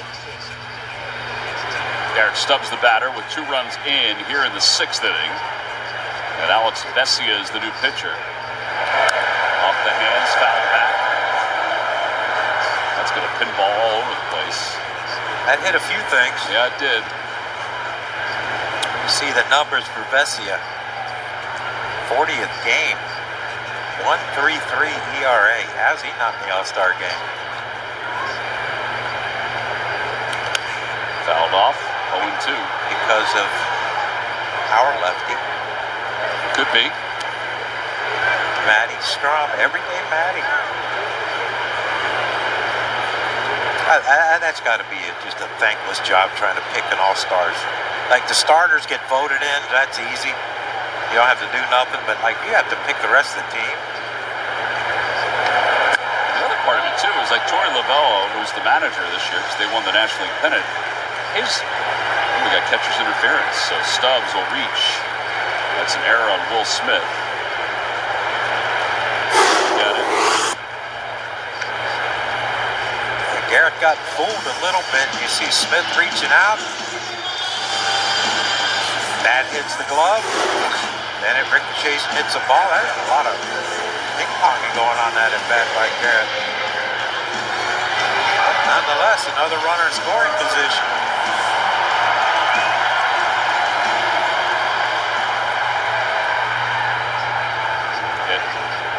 It's no time at bat for Garrett Stubbs. But it is an E2. Schwarber takes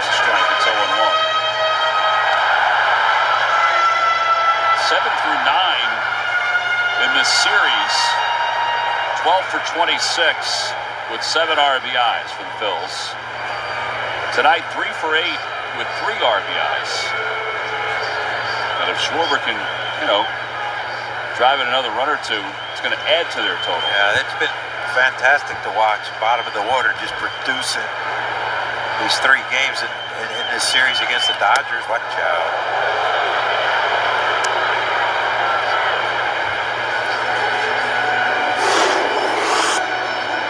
A little too close for comfort for old Kyle. Get them hands out of the way, big man. He's adorable. Kickoff play on at second. Rojas is back. That's his second disengagement. That is number 2. It's tough, though. I get Taylor's way off the line with Kyle hitting, but with the left-hand hitter up, it's a real easy throw for Will Smith.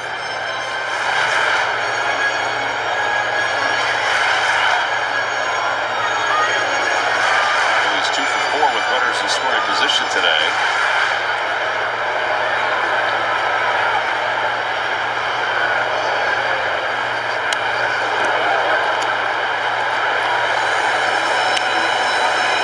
One and 2.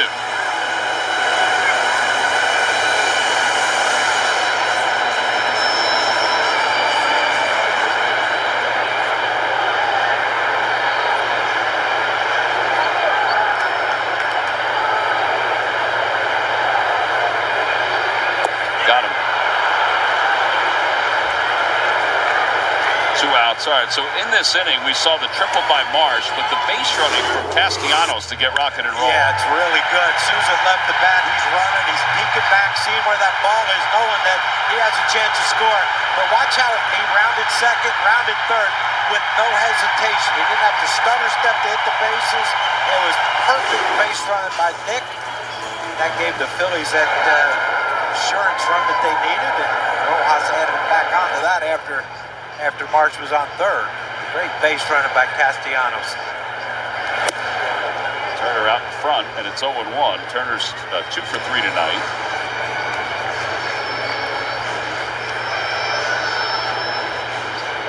Phillies with 4 runs on 9 hits. Dodgers 1 run on 4 hits.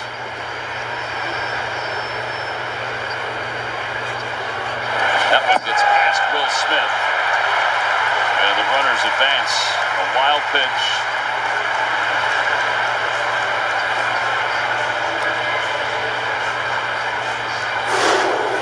Yeah, Cephas thinks hits off home plate skips. Now it just skipped on Will Smith. He just didn't get down, block it. Oh, that looked like it hit the corner of the home plate. Yeah, it was definitely in front. Kicked to Will Smith's left. Make him pay. Fly ball center field. They've had trouble in the outfield in this series, but this time Outman has it lined up. Phillies do get 2. They leave 2. We'll head to the 7th. 4-1 Phils.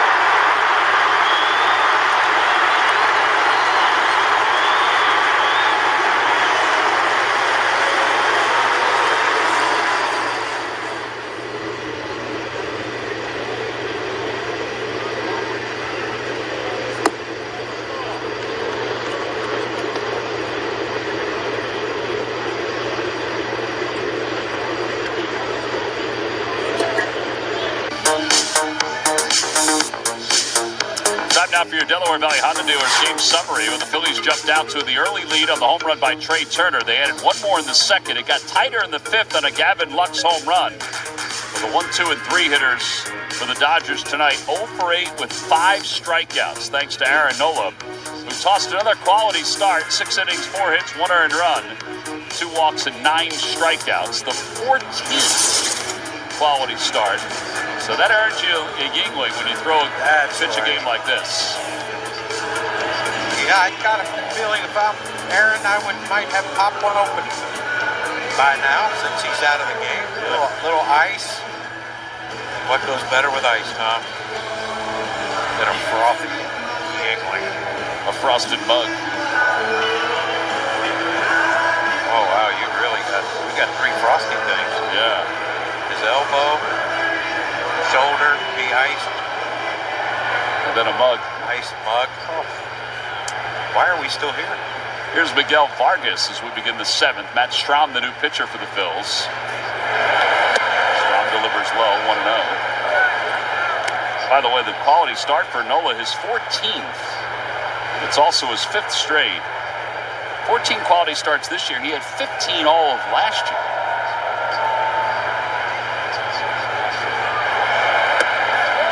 Ball, 1 strike.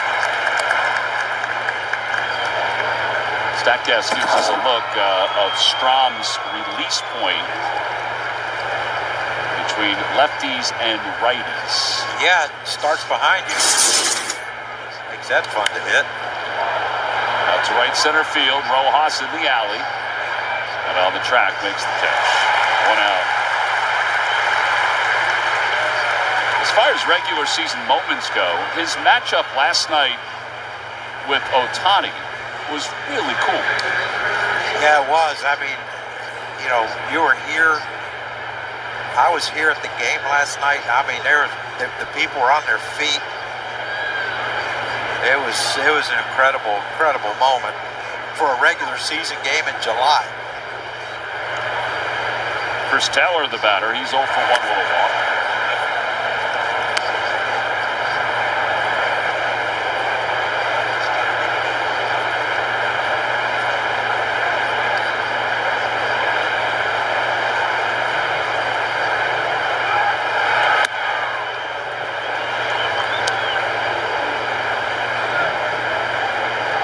Yarbrough warming up for the Dodgers. He used to be the opener for the Rays. So he's used to this. He's pitching the wrong end. Yeah. Sometimes things just happen like that, Tom. Inside 3-0. Sometimes things just happen that way. They're out of your control. Yeah. Better stop talking about that. Get in trouble. Come all the way back, Matt.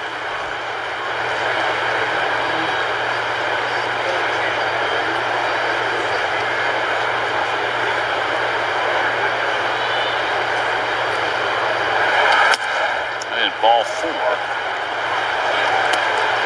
Second time Taylor's walked. Kike Hernandez is going to pinch hit.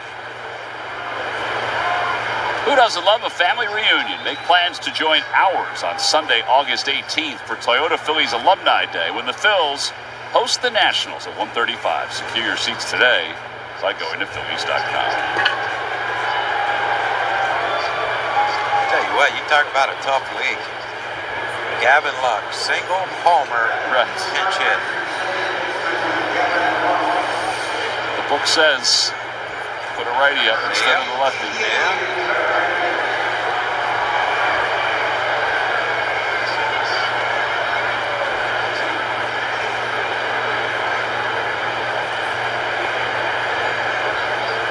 Runner at first, only the 5th walk by Strahm in 38 games. And cuts inside.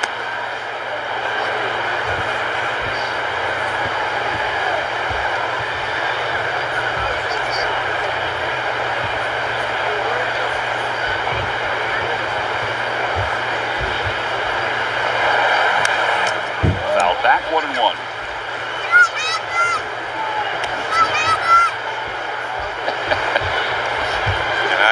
Can I have that? Adam was not having any of it. He really wasn't listening. Might be that double flap helmet he wears. Seals it. Yeah, can't hear nothing. Noise canceling helmet. Out to left center field. Pretty well hit. On the run is Rojas toward the State Farm side. He makes the catch. Oh, what a galloping play. 2 outs here in the 7th inning.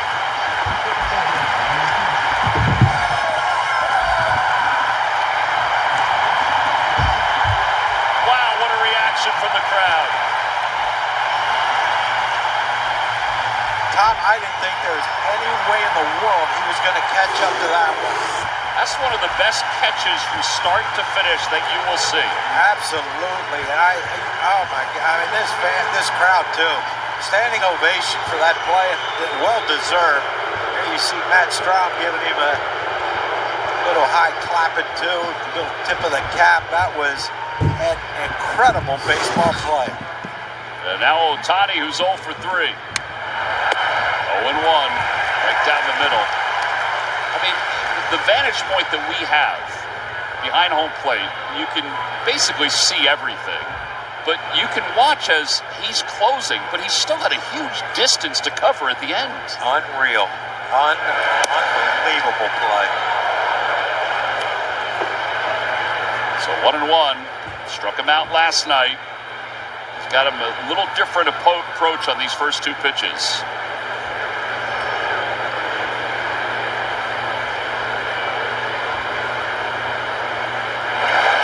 Broke his bat. Ground ball to second.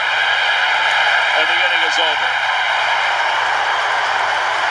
No runs, no hits, 1 man left, and 1 spectacular catch by Johan Rojas.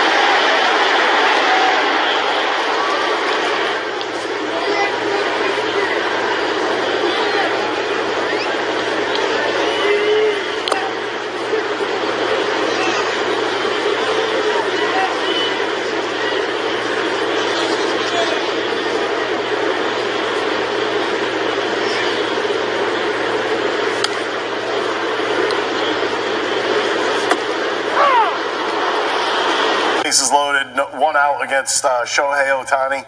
Showed a lot of guts. I mean, coming in with the fastball, the sinker that comes back on the inside part of the plate, and then dropping the hammer on him to finish him off. It's just typical Aaron Nola. This is what you get from every single start. You can sit here till we're blue in the face, say we're going to get somebody else. You're not. You're not going to do it. But we are going to see Bryce Harper leading off the bottom of the 7th. We'll talk to John post-game. Tommy, back to you. All right, Michael, thank you. Ricky, Ruben, Phillies are up 4-1. Rojas, it was, as Michael said, the reaction from the crowd was just incredible. Look at this. Yeah, and how about his left fielder? Your brother Marsh certainly had a lot to say about it. Wow, it's continuing on. I tell you what, though, look, it means the world to Matt Strom that play was made to the team, but that what Marsh does with Rojas, that means the world to Johan, without question. Whoops. Yarborough's first pitch as he takes over here in the 7th inning goes right on by Will Smith. There's an assortment of changes for the Dodgers besides Yarbrough, who has a 3.63 ERA. This is his 26th game. Kike Hernandez is in at third base. Taylor moves from third to second.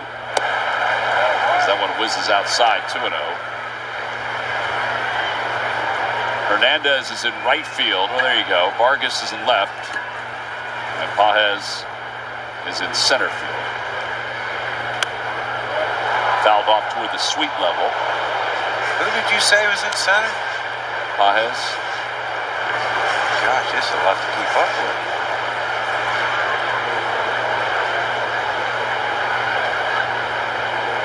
It is a lot of changes for 1.5 inning. Fly ball left field. Vargas shuffles over toward the line, and he's out of room.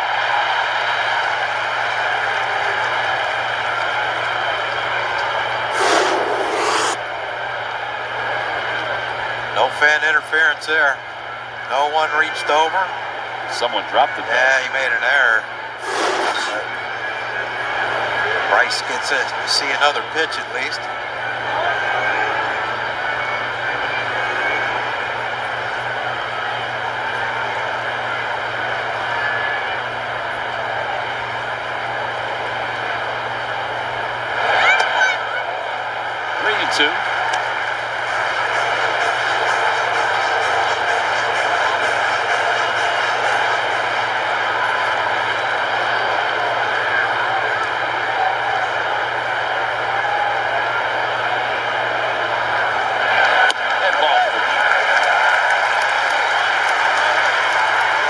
Message from our friends at Fanatics Sportsbook.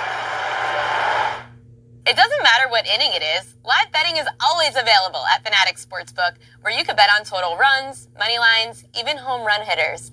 It's all part of Fanatics Sportsbook's most rewarding summer, where you can earn fan cash all summer long. Alec Bohm 1 for 3, standing in here in the bottom of the 7th inning.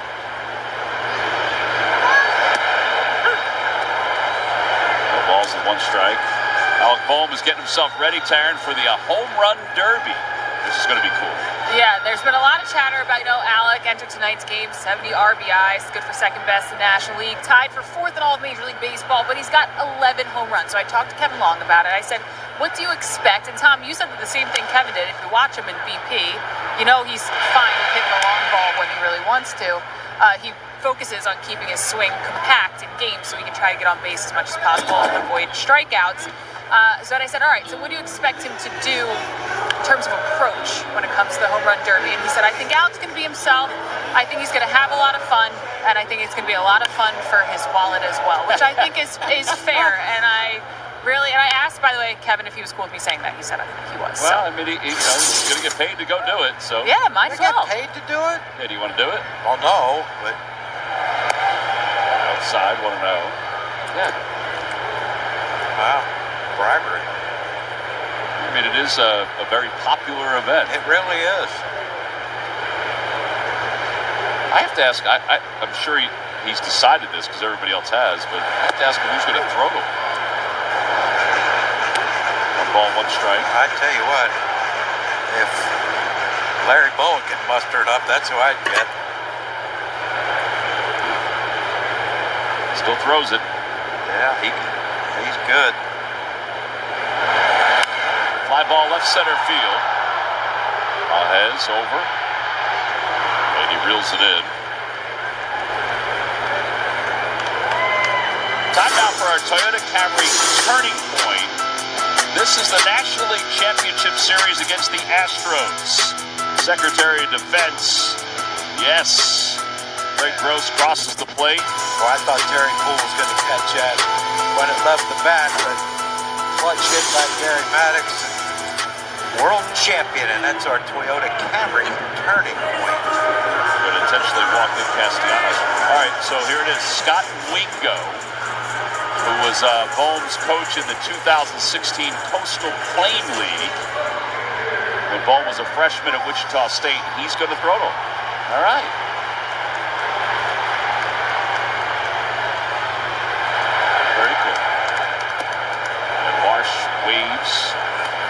pitch. He won the home run derby that summer, so Wingo threw to him there. Well, hey, 1 for 1.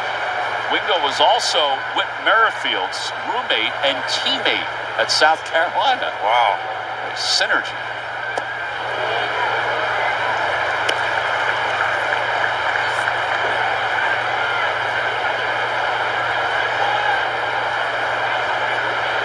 Imagine if Whit made the All-Star team and decided to go in the home run derby and had to throw to both of them.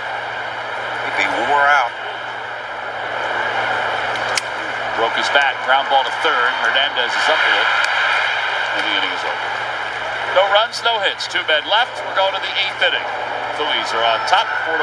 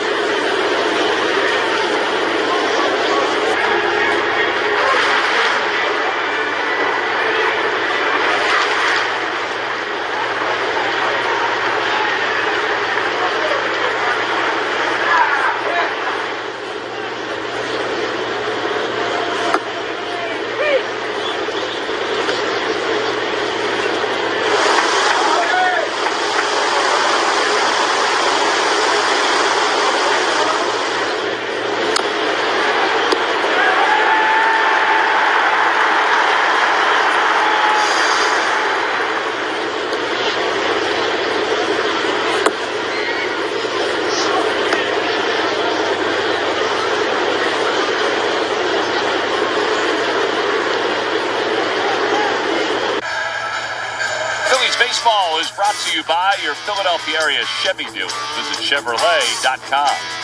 And by Rally House. Shop the best selection of Phillies gear at Rally House. Your city, your house. Rally House. Official scorecard back in the 80s was $1. And the Fanatic is dressed as one of the Phillies hot pants. Yeah. Man of costumes. That's why he has that big old dressing room. I guess so. Oh, is it Phoebe? I thought it was the Fanatic dressed like that. It was Phoebe. My bad. I forgot Phoebe was in town.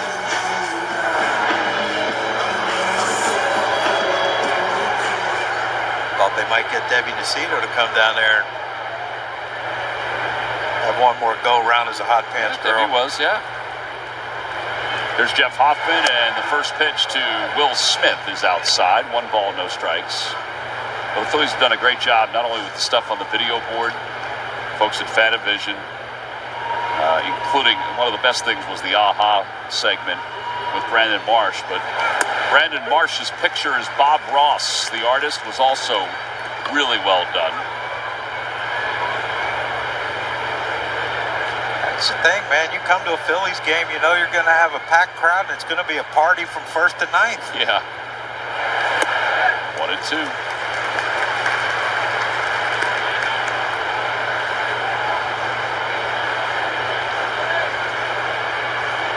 Just hope the party continues deep, deep, deep into October. And they may see this team again. Yeah. Deep, deep, deep in October. Yeah. This team will be healthier, you would think.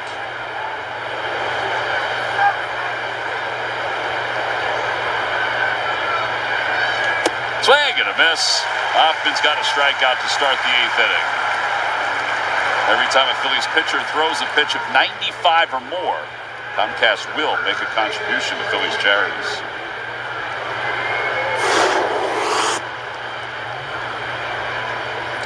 You got to protect against that great slider of Jeff Hoffman, but you throw 97 by you. That's what makes him so tough. 1-1. He might be the most consistent pitcher I've seen this year as far as speed goes. I would venture to guess that 90% of his fastballs are 97 miles an hour. I would agree with that. He just, for a tall guy, he repeats his delivery, doesn't really ever get out of whack.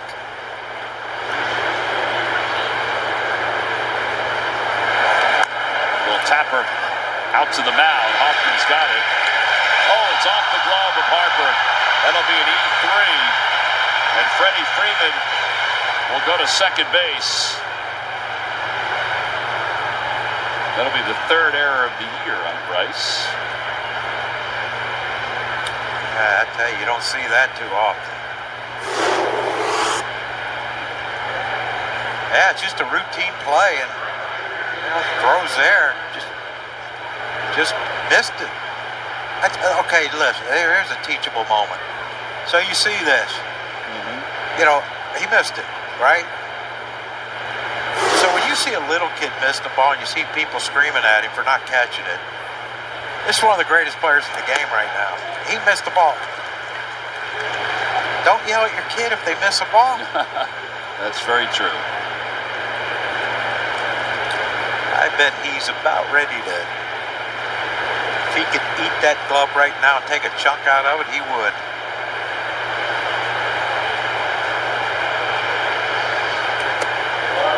Side, 1 ball, 1 strike to Hernandez, who is 1 for 3.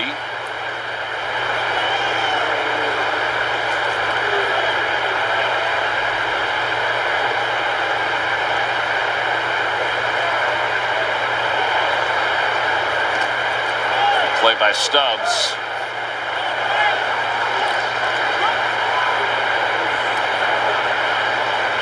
Yeah, that's a heck of a play by Garrett. This thing was spiked, but luckily it had that slider spin, so it's going to bounce back towards Stubbs. That chest protector right in front of that thing to knock her down.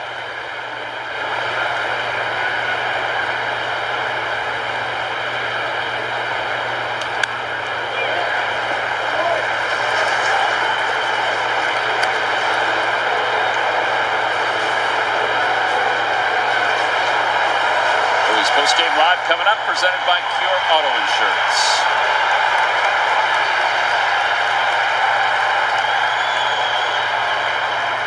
Two and two. Check swing. No swing.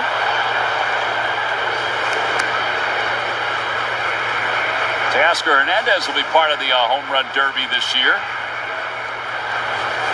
Selected to this year's All-Star team. All-Star game, in the National League team. 3 balls, 2 strikes, runner at second. Ball 4. And the concerning part of this is the tying run is coming to the plate. Time now for our minor league report, presented by SEI, Building Brave Futures. Hey, Scott Kingery's putting together a pretty good year for the Lehigh Valley Iron Pigs. Scotty was 2 for 5. With a grand slam, couple stolen bases. Career high in RBIs. He's just grinding right now. He's just playing. Yeah, I hope that, he continues. And you don't know if it's the Phillies, but you hope some team picks him up and gives him another chance.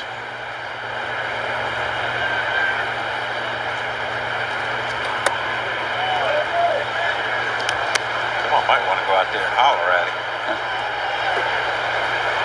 Pages so far tonight is 0 for 3.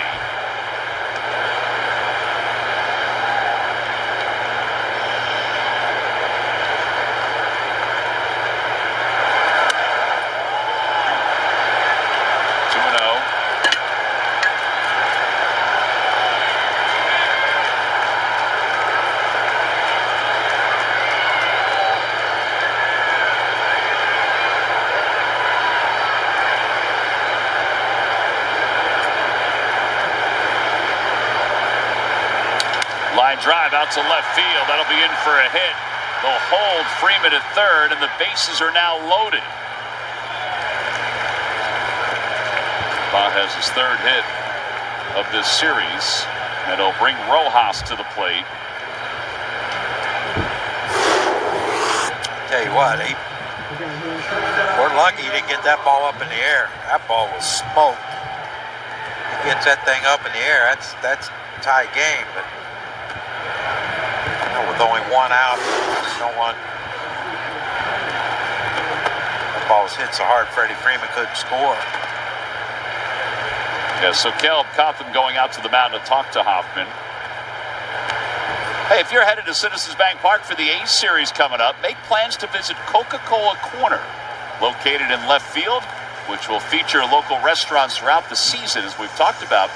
This weekend, it's the hot and sexy chicken sandwich from Sal's Pizza Works. Only available during the series. Don't miss out. Join the fun at Coca-Cola Corner this weekend. Also, it's known as the Tom McCarthy sandwich. Hot and sexy. Come on. I'd like to see a nice, hot, sexy ground ball to shortstop right here. Just to wrap up this inning. Yeah.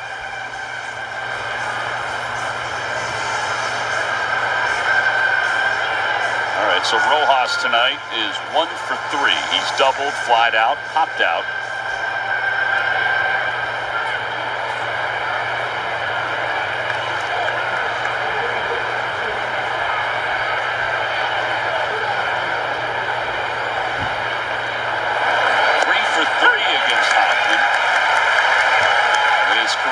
Extra base hit.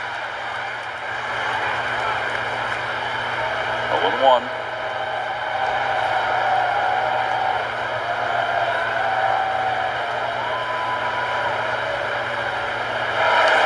Line drive, caught out of the air by Stott, goes to second, double play. Hernandez was floating. Stott had a couple of decisions to make, and he made the right one to wrap up this inning. Right place, right time, right decision. A line out to second, and they double up Hernandez.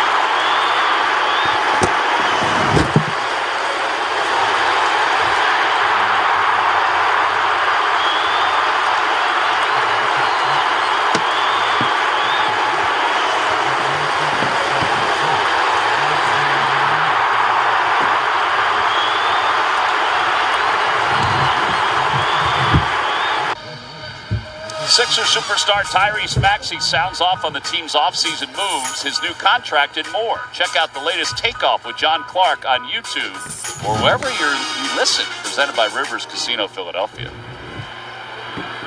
Rojas will lead it off as we go to the bottom of the 8th inning. Phillies up 4-1. What a huge play by Bryson Stott.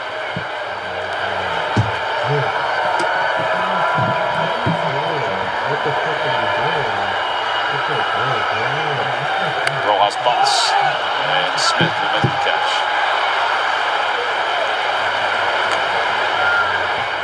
Yeah, this was fun. And, you know, Bryson might have been able to let that short hop and turn a 6-4-3, but, you know, look, these guys, they haven't been scoring a ton of runs this series, so you thought Hernandez might be a little aggressive on that play. And like you said, Bryson looked at first there, then went back to Trey at second. Either way, it's a dang double play, and we love it. Aaron Stubbs takes strike one. Stubbs is 0 for 2.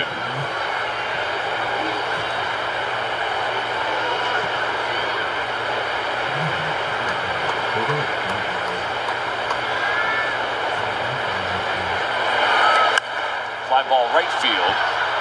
Hernandez in, over toward the line. 2 away.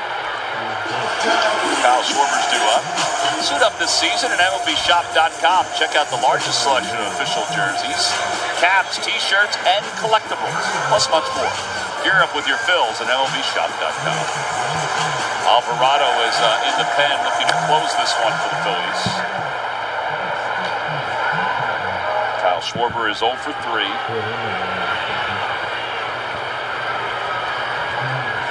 I don't know.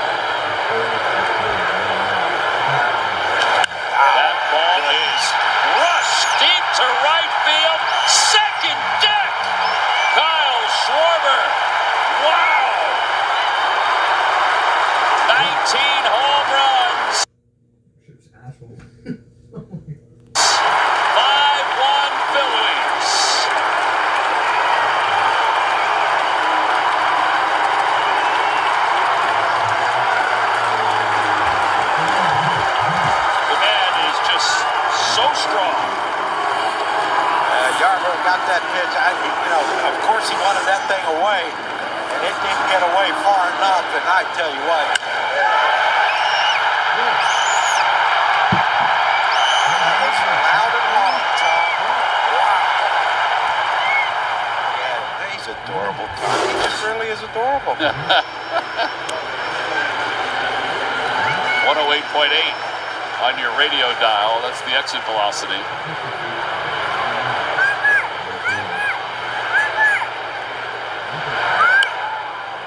What I do feel for the, I do feel for them. I feel for them.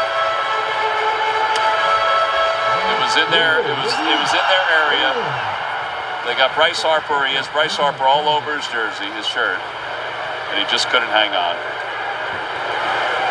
That's a tough one. Yeah, hate that for the kids. When you're up there, you're not thinking you're going to get one up there. No. When you're in the first row, you think, maybe, but that was one though that you really do want to get out of the way of. Yeah, that thing was a heat-seeking missile right there. Outside, 2-2.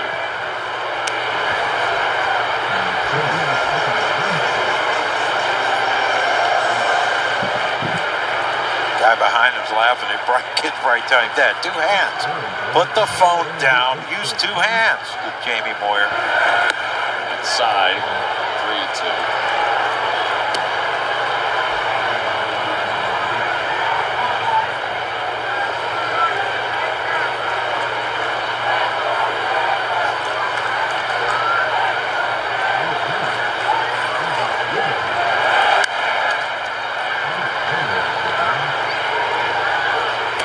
This was not an easy play. No. I mean, this ball was 108.8.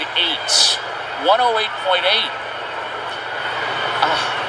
Oh, man. Boy, got the guy in the face. Deflected, hit him. But he did only 1 hand. I mean, you got to tell him sometimes. hey, no texting during the game. Just like driving. You don't text and drive.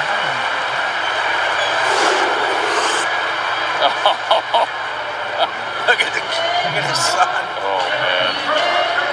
That was not an easy play. I feel for him all. Oh, wow.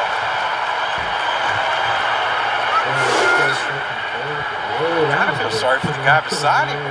Deflected him in the face. Yeah. That's outside. 1-0. I don't even know if I have one. We have one in the office. Do we have any? We don't have any, right? Yeah, I got some on my thing. Oh, you do? Fresh out of the humidor. Might still be a little damp. Can we get one up there, a couple up there for them before? I don't know if we'll be able to get up there in time. It was 423 feet. Oh, I didn't think you and I were going to go. Too bad the headsets aren't wireless. You can just do the ninth inning and walk over. Wait. Got a little mouse in your pocket. Runner goes. Swing and a miss. Throw to second base. Not in time.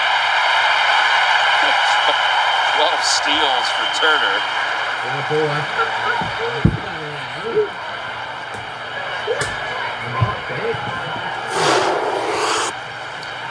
First move. Yarborough's long to home, and Trey is as fast as they come. Just once I would like to be able to have slid like that. Anthony Dominguez starts to throw in the pen. It's not a safe situation anymore.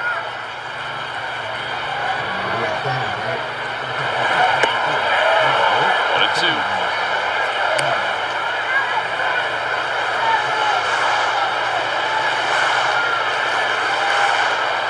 Second straight at bat. I think it's second straight at bat where he's not wearing the batting gloves. Yeah. He's got a runner in scoring position. Leads off 2-2. Took 91 with runners in scoring position. That's pretty darn clutch.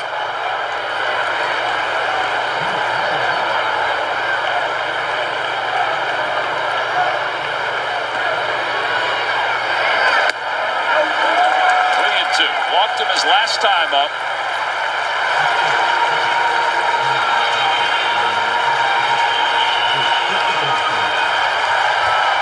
Ballwait's on deck.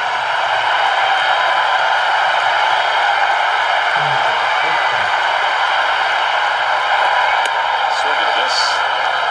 And the inning is over. But the Phillies add one more. Another home run. This one a solo shot from Kyle. Well, you heard that baseball. 5-1 Phillies.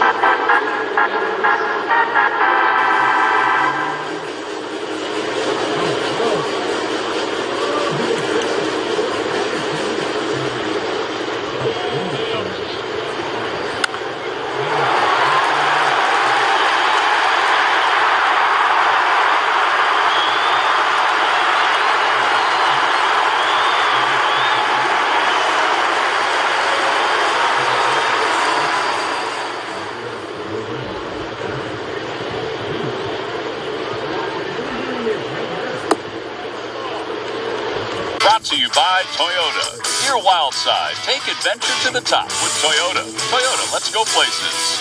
By Xfinity. Stream Phillies baseball with Xfinity because it's only live once. By Citizens, official bank of the Phils.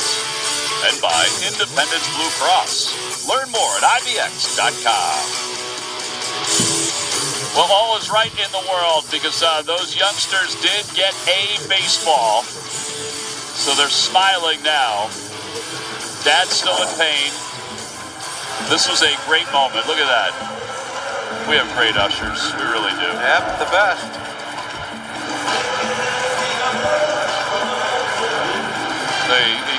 Ready. Hugs for everybody.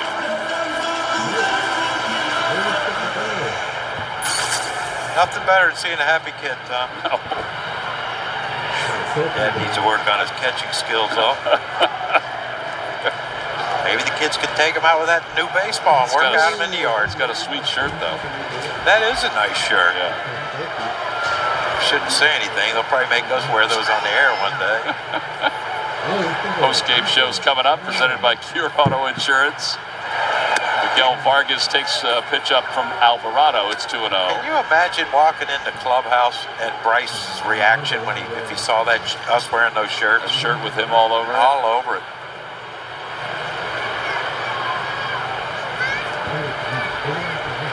To Vargas, he fouls it back. It's 2-1. Phillies are trying to complete their 9th series sweep of the season. And they would do it against the team that's behind them with the 2nd best record in the National League. Into the twilight and out of play. Just to put that in perspective, last year they had 7 series sweeps. And this would be the 9th. And we're not even at the All-Star break yet. No, one more series to go after. Hopefully the Phillies nail this one down. And a call, strike 3 on the inside corner at 100, maybe. 1 out here in the 9th inning. Tell you what, there ain't a whole lot you can do with this pitch. It is off the plate. That's a good pitch, though. It's a great pitch. But what can you do with that besides hit it into your foot? Shin just missed. 100 miles an hour, just off the plate. Chris Taylor bounces one foul. Is that Dino? Yep. What a great man. He was taking ground balls today. See, the Phillies have a 5.5-game lead over the Dodgers for the best record in the National League. And a win tonight would move the Phillies to 23-13 against teams with 500 records or better. Now, here's the thing. People look at it differently. Is it when you play that team? Is it, at this point in the season?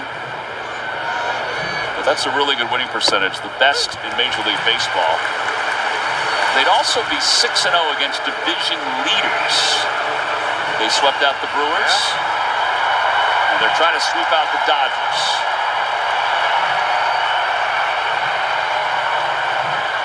One-two. Inside 2-2. So all this about what their record is against. They've had an easy schedule. Right, it's malarkey. Yeah, well, that's the one thing I never understood when 2 months into the season. And as well, they played an easy schedule. Well, the reason why those other teams don't have good records is you're beating them up. Right. And I think you look at the Brewers, they swept.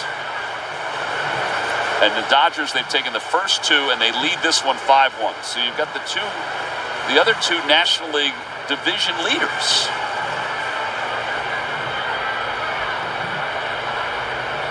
Two and 2. Alvarado ready. Another pitch. In the dirt. Just a little short there, Tom. Kike Hernandez waits on deck.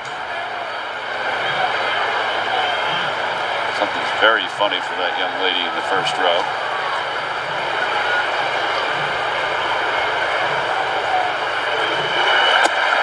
And ball 4. 1 out walk. Hernandez flied out to center, his only plate appearance. Got robbed. He did get robbed. Kike put a heck of a swing on that one. Rojas just said, not today. So you used to play center field. Let me show you how to really play it.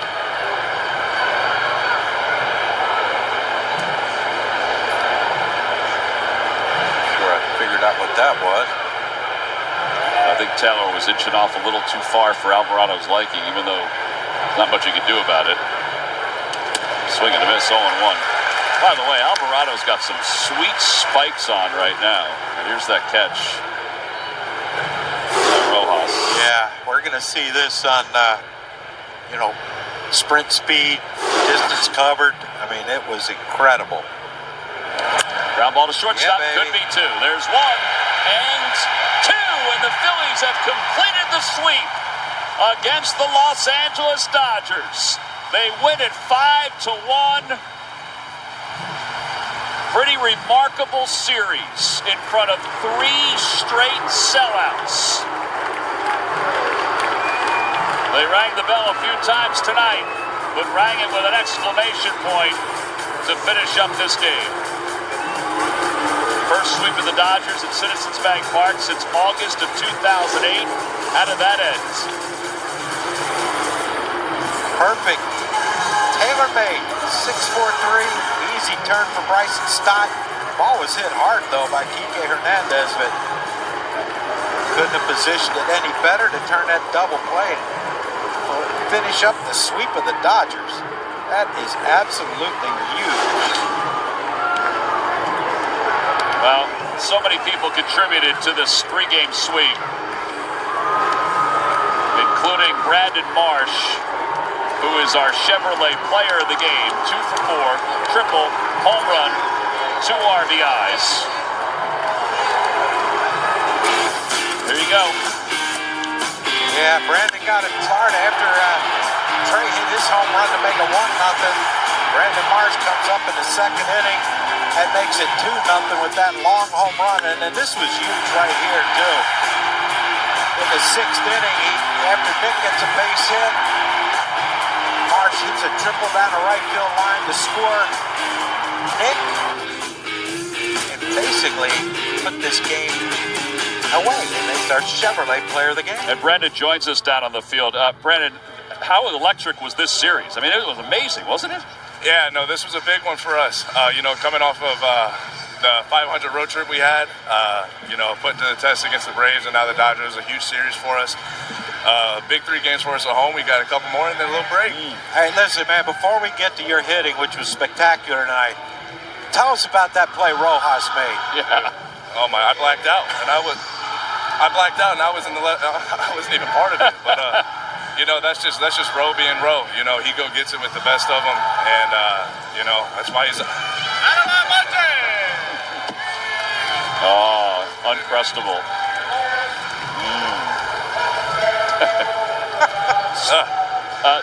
The Trey Turner home run to start the first inning, and then your home run.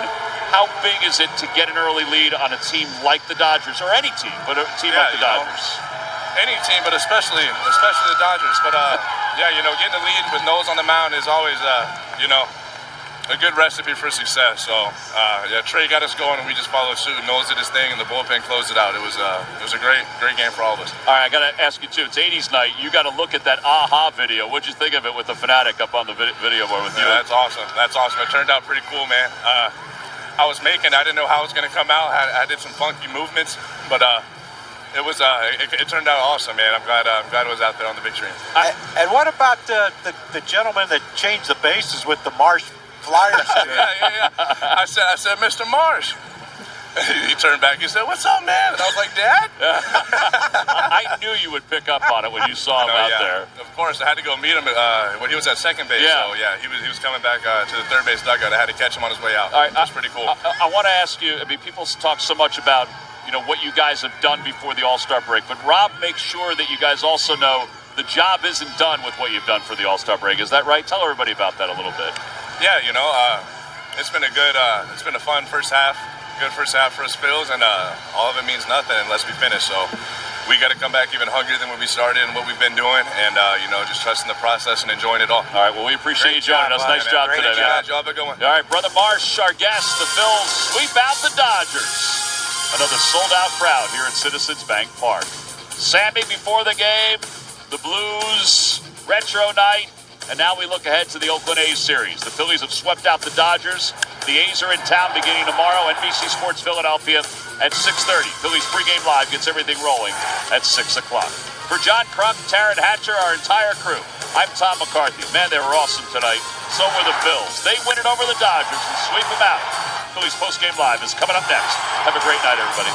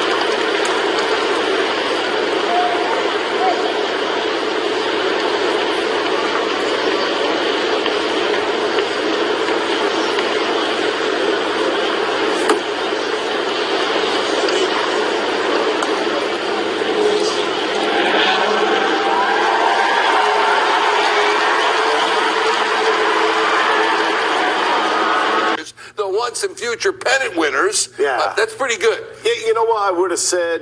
First thing that comes to mind, I would have said, well, the Dodgers don't look like they have much starting pitching. And then you kind of take a snapshot of the whole series, and the Dodgers put up 5 runs against your pitching staff. And to me, that just goes to show Phillies could hit the baseball. Phillies fielded the baseball in this series. They're stealing bases. They're doing everything, and their pitching staff is still one of the best in the league.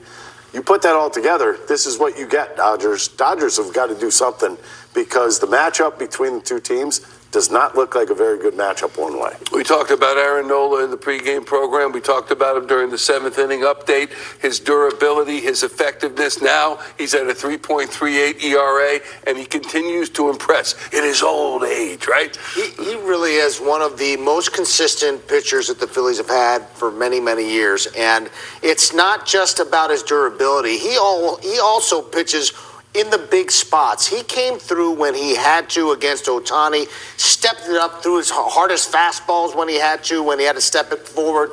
I mean, to me, that's really impressive. Anybody who thinks that he doesn't have the gumption to pitch in the tight when the game is on the line, they're wrong. This guy loves to pitch. I love the fact that he handles himself in such a professional manner, and he's still got great stuff. I mean, this guy is as underrated a pitcher as there is on the staff, because there's other guys out there who are having better years right now, but this guy can still pitch, man. And you should know, you selected him when you were general manager, and at the time you said he was a big Friday night pitcher at LSU. He sure was, and he was one of those guys that just never backed down. He'd pitch in a very strong conference in the SEC. He had 15,000 people in the ballpark pretty much every night, and he loved to take the baseball. He did not want to give up the baseball, and I saw him pitch a couple of times. Pretty impressive, and he continues to do that well into his career. Let's go to John Kruk right now at the park, called tonight's game with Tom McCarthy. John, I'll tell you, of all the things that impressed me, one of them was just the attitude of Brandon Marsh talking to you and Tommy after the game. I mean, they just don't they just seem so chill, so calm, cool, and collected? They do it when they need to do it, and then they have the cookies at the end of the game. Yeah, when you're playing as good a baseball as that the Phillies have played this first half of the season, it's easy to be relaxed and have fun and joke around. And look, that's just Brandon Marsh. That's his personality. That's the type of person he is. And I think Brandon, look, he had a great game, home run, triple, drove in a couple runs.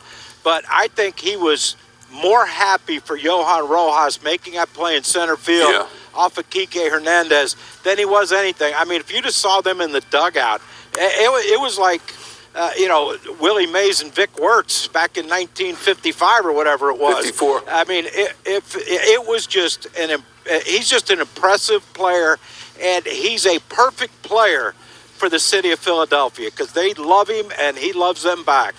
John, the Dodgers 1 through 3 hitters, 0 for 11 in this game, 6 strikeouts.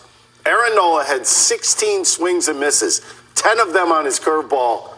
I mean, how dominant can you be?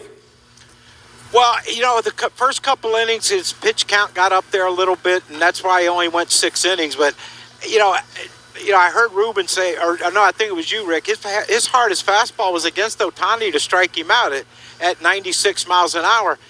But he was pitching. I mean, when you watched how he went about those first 3 hitters, it was like methodical the way he went after him, and he didn't go after him the same way each at bat. He changed things up. He and Garrett Stubbs were great tonight, but he changed everything up. He started Ohtani off with a fastball first time up. Second time he throws him a breaking ball, flips in one to go 0-1. It's just the way he went about those top guys in that lineup, and if you keep those top guys off the base, there's a good chance you're going to have a lot of success against this Dodgers team right now.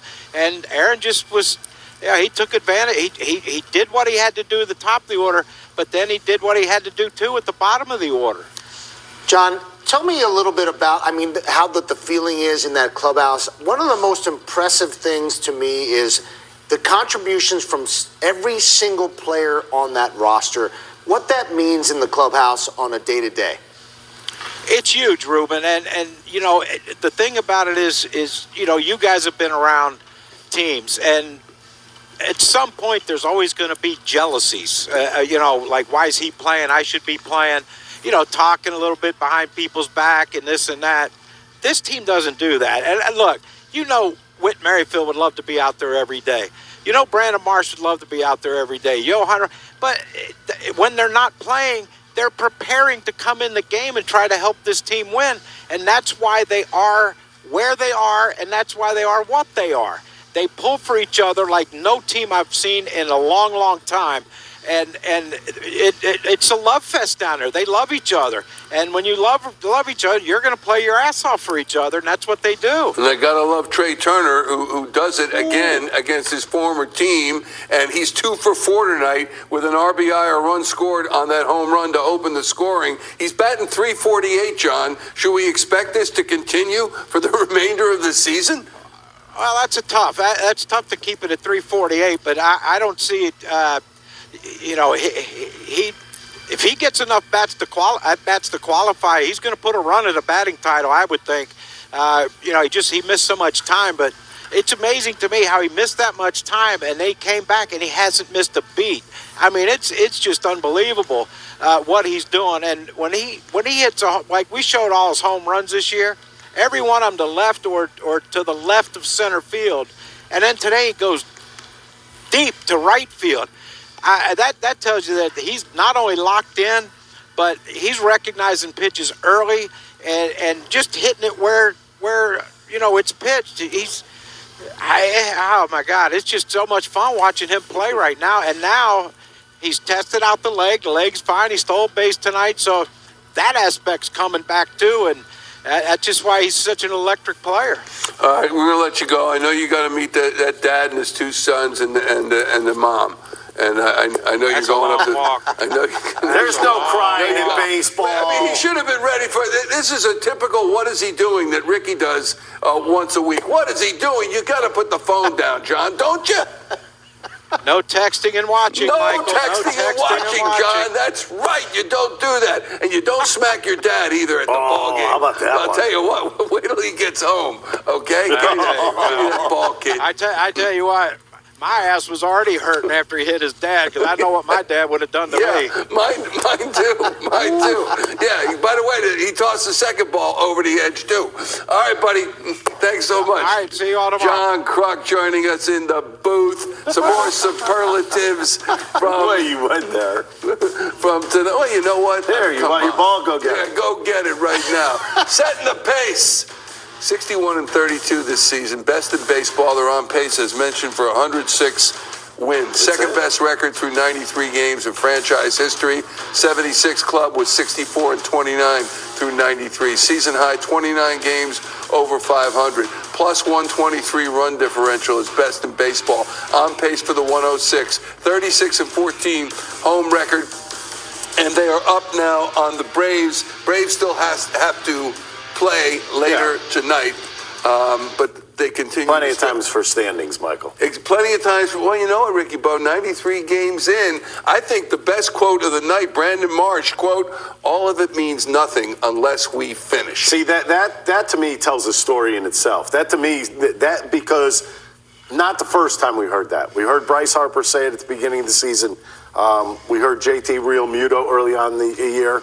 These guys don't want to get there. They want to win the whole thing. Yeah, you're right. And with that kind of attitude, that's how you do it. And certainly with the way Aaron Nola pitched tonight, let's take a look at his night this evening. Yes, we shall. 6 strong innings for Nola, Ruben. And when you look at his repertoire, you look how he dialed it up when he needed to, he was spectacular. Yeah, it's really about his fastball command because that sets up everything. Now he's able to throw that fastball up and in on the to the glove side to the left-handers, and then that forces them to have to overcommit early with that breaking ball, especially the left-handers, and you just don't recognize it. He tunnels that pitch so well, it comes out of the same spot that they just can't recognize it out of the hand, and it snaps off the table, and they just can't handle it. And then when he has to, he comes up against those lefties again, and a right-hander from time to time got a little expansion of the zone on that pitch, but then he really dialed it up on the big boys in this lineup. Those top 5 guys,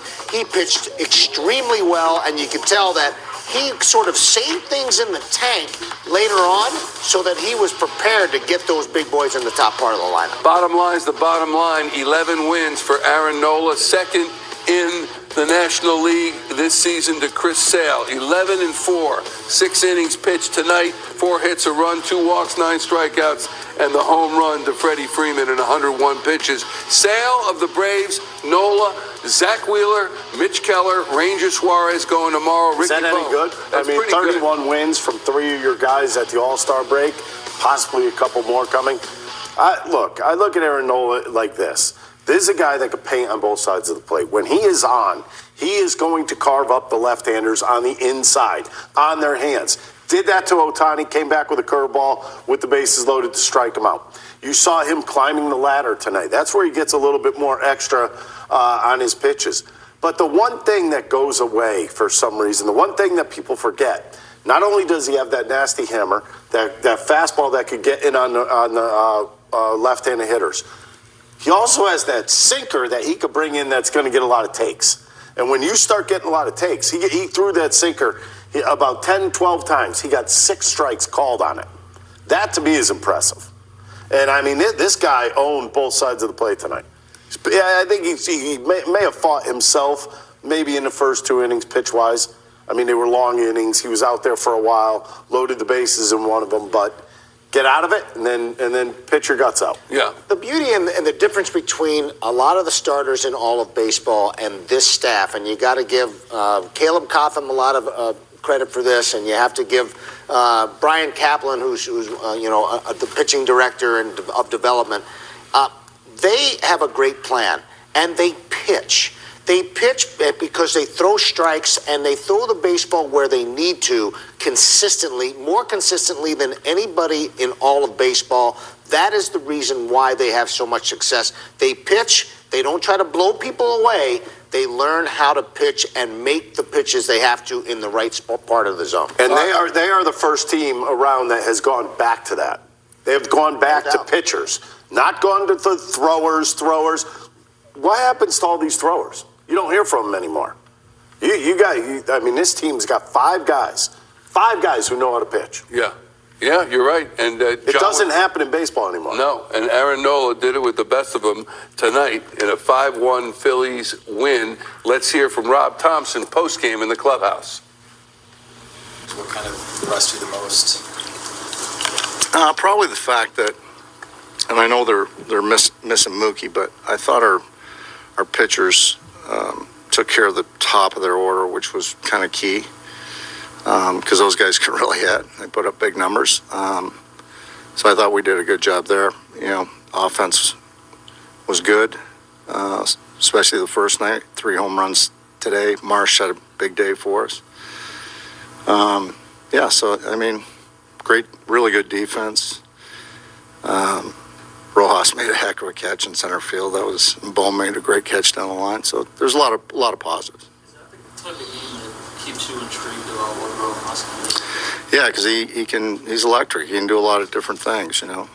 Gets a big base hit with the infield in, makes that play, can steal a base. He just, he puts pressure on the other team. What was from your experience, what was the degree of difficulty on Rojas' catch? It looked like they don't get much more difficult than that. Yeah, I don't know what the computer says, but it looked like a great catch to me.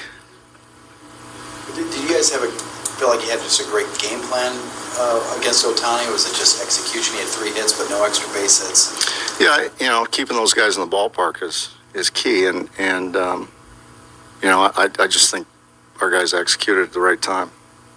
How would you evaluate Nola to this point, ending his first half? Tremendous. Mr. Consistency. I mean, that's what he's been. You look at tonight's game, and the first 2 innings, he's in trouble. He just keeps grinding, keeps battling. In the second inning there, he strikes out Ohtani and then gets a ground ball from Smith, and then he settled in, and I thought as the game went on, he got better. So he's been dynamite all year. What was your reaction like in the dugout after that big strikeout in the second? On Ohtani? Oh, yeah, everybody was fired up because now we knew that, there's a chance we can get out of this inning. If Trey didn't miss those 6 weeks, he might be in the middle of the MVP conversation himself. How key, like what he does in the first inning, they start the lefty and he homers off him. I mean, how key is it to have him between those guys and with the way he's playing? Yeah, it's huge, and he's really swinging the bat. I mean, he's barreling everything up. It doesn't matter what's fastball, breaking ball. Doesn't matter. And he goes opposite field to get us going and get us on the board. And when you score in the first inning, it puts the other team on its heels, and I thought that was a huge. How much more deflating do you think it is for the other team when you get out of a bases loaded jam and then hit a home run in the ensuing inning, which I think happened twice tonight? Yeah, it's just momentum, right? So whenever you can eliminate momentum and then take it, it's always a good thing.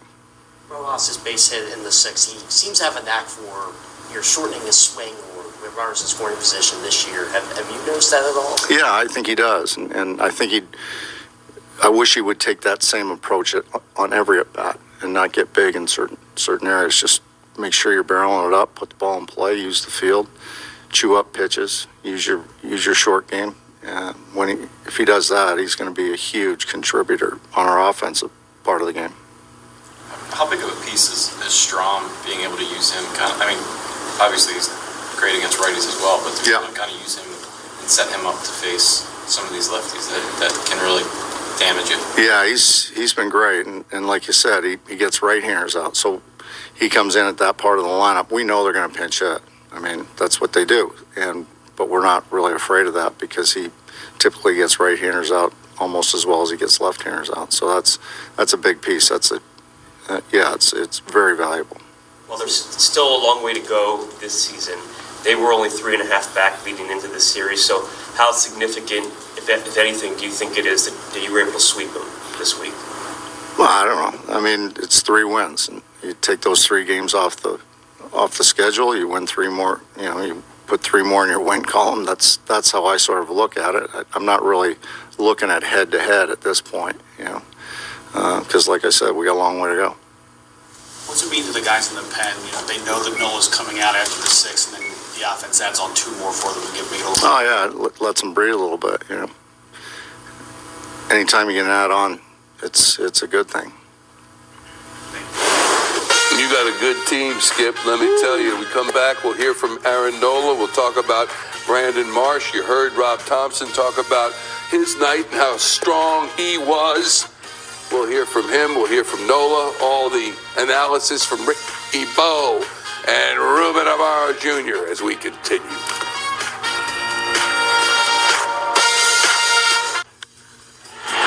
Phillies.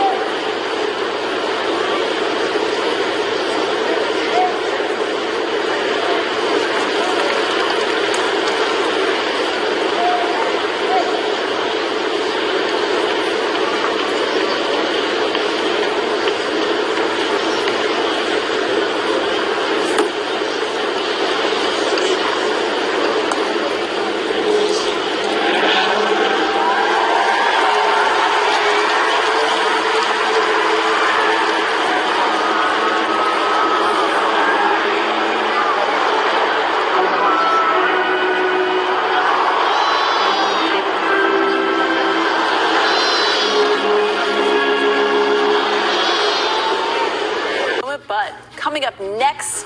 Bear Brooks, Amy Fiddle, we bring you Birds Huddle. It's second best show, of course, to you guys, but we're discussing the Georgia Fours, we're going to call them. So many expectations set on these guys from where they were drafted, and so far, maybe not all of them meeting those expectations. Do you expect more out of them this year? Hey, it's time to go. It's time to stop playing and go out there and be guys that got drafted in the first round. There's 3 first round in the Georgia Four. You got Davis, you got Carter, you've got Smith. Those guys got drafted in the first round, then the Kobe Dean third round. The expectation is you had a championship while you're in college, time to bring a Super Bowl here. We're going to continue our top 25 most important Eagles countdown as well with another key member of the defense whose role gets even bigger this season. We'll tell you why. That's coming up next. But first, we send it back to Michael, Ricky, and Ruben with more Phillies postgame live. What a crew there. What a crew there. What a Barrett crew here. Brooks. Yeah. I heard him. I know it. Thank you, Barrett. Thank you, Amy. We got Ricky Batalico, Ruben Amaro Jr. I'm Michael Barkan. We've been talking to John Kruk, and it's time for Yingling. 5 years of that you've had. You know what? Ricky is celebrating his 5-year anniversary with the company tonight. And we're so proud to have had him for 5 years, just as the Phillies are proud of Brandon Marsh and everything that he has done for them. Well, look at that home run in the bottom of the second. How about jumping on a 3-1 pitch that you get something a little flat out over the middle of the plate, and that ball was crushed. We were over at the stadium. It sounded beauteous off of the bat. How about this being crushed and placed perfectly, Rube? So one of the things that I was concerned about over the last 12 games or so is his strikeouts. And one of the reasons why he's had so many strikeouts is he hasn't been on the fastball.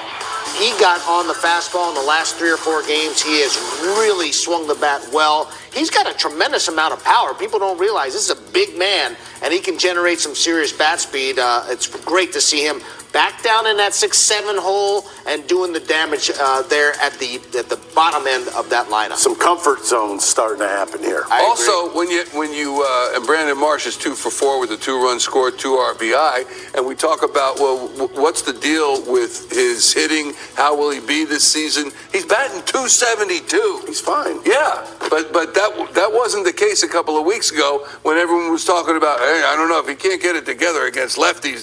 But there's some punch outs there, and for a while he was not, like I said, I don't think he was on the fastball as aggressively. I think he made a little bit of an adjustment, and he is crushing them now. It's a great thing to see because, boy, does that lengthen out that lineup. Also, on that triple, one of the things I failed to see at the ballpark when we were watching it, I thought he wasn't going to get the triple. The ball went up beneath the padding and the warning track, and it slowed up a little bit. I thought it was going to get to the right fielder much more quickly, but it allowed him to get to third. Beautiful He has a good play. read on that. He's going down the first baseline. He knows where that ball is the whole time. He gets the second. He's just picking up Dusty at that point. I mean, you're just going with the signals. Yeah.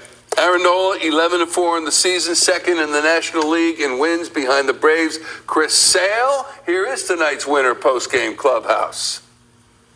I mean, I got some trouble there with the bases loaded that inning, and ended up getting out of it, which was great.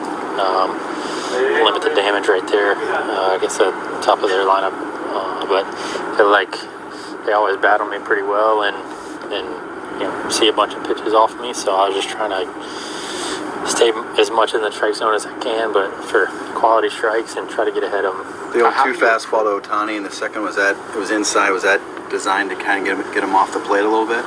Yeah, it's just I wanted to, either hit the corner right there or miss inside right there to set that curveball up, and it worked. He's quick in there too, so I didn't want to leave the ball over the plate. As a staff, I mean, you got Ohtani twice tonight. As a staff, you kept it down the whole series. What was your guys' secret or the key to that? Just get ahead of them and try to stay ahead of them, and that's what we try to do for their whole lineup, especially their top of the lineup. They're good hitters, and they're better hitters when they're ahead in the count. So it's a lot easier to pitch. Got more options when we're ahead in the count, so that's what we try to do. I know it's a long way to go, but you beat them 3 straight, and match up with 2 teams that are top of the league, and open some distance and the distance as well in terms of overall home field. How does it mean anything at this point, or is there still some satisfaction in trying to keep it an even keel at this point, knowing there's still a lot of baseball left? Yeah, stay even. I mean, there's a lot of baseball left. We want to finish strong against Oakland going into the break. and take it from there. After that, we've been playing good baseball so far, and had some of our guys down for a little bit, but our other guys stepped up, and hopefully everybody gets a good break in the All-Star break and stays healthy coming off of that. So there's a lot of ball left, and we're going to keep trying to play our best ball and taking it one game at a time and one series at a time. How would you assess your first half? Pretty good. Couple really bad games, but I feel like more consistent than last year at this time. Body feels good, and command feels a lot better than it did last year at this time. So I'm just going to keep working at that and having good weeks, and staying healthy and making every start. Is it fun facing a guy like Ohtani? Wheeler started the series by striking him out one of his best fastballs of the season. That inside fastball you threw was like your hardest of the season as well. It seems like you guys get a little extra juice thrown to somebody like that. That was the first time I faced him. So he's a big man. He's a big guy in the box. But facing him with the bases loaded with one out, it's honestly not a situation you want as a pitcher, especially the type of player he is and the season he's having. I tried to lock it in as best as possible, and luckily got him swinging for that second out.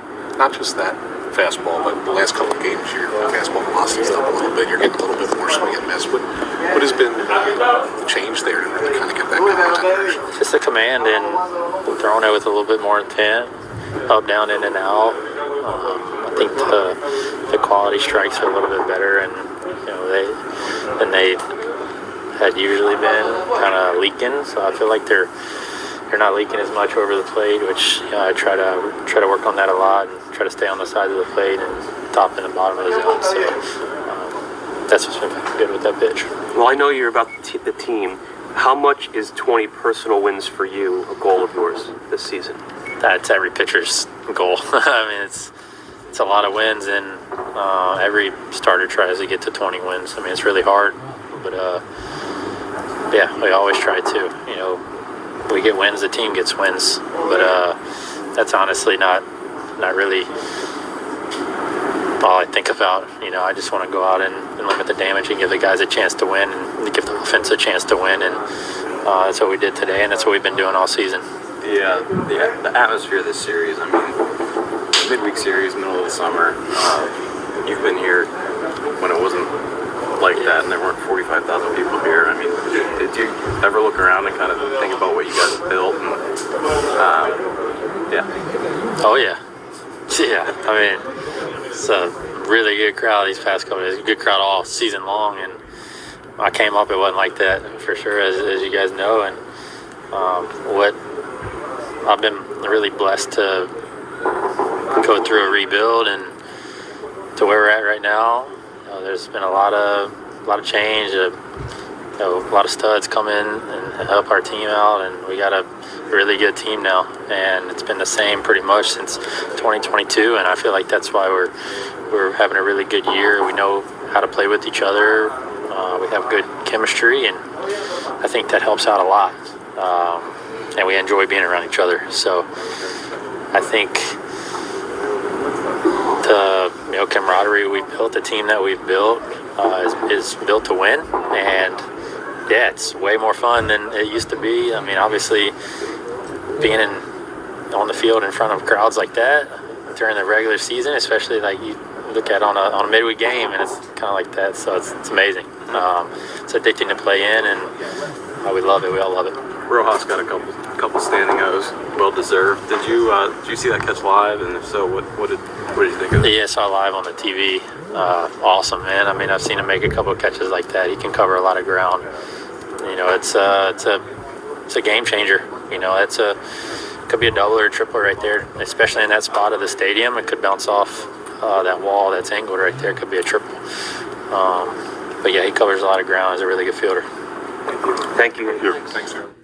Aaron Nola, also known as a Philly for life. That's that guy. Unbelievable. He is one of the members of the nucleus of the team. Has been and will be. We'll take a break. We come back. How about Johan Rojas in that catch? How about it? Wasn't that?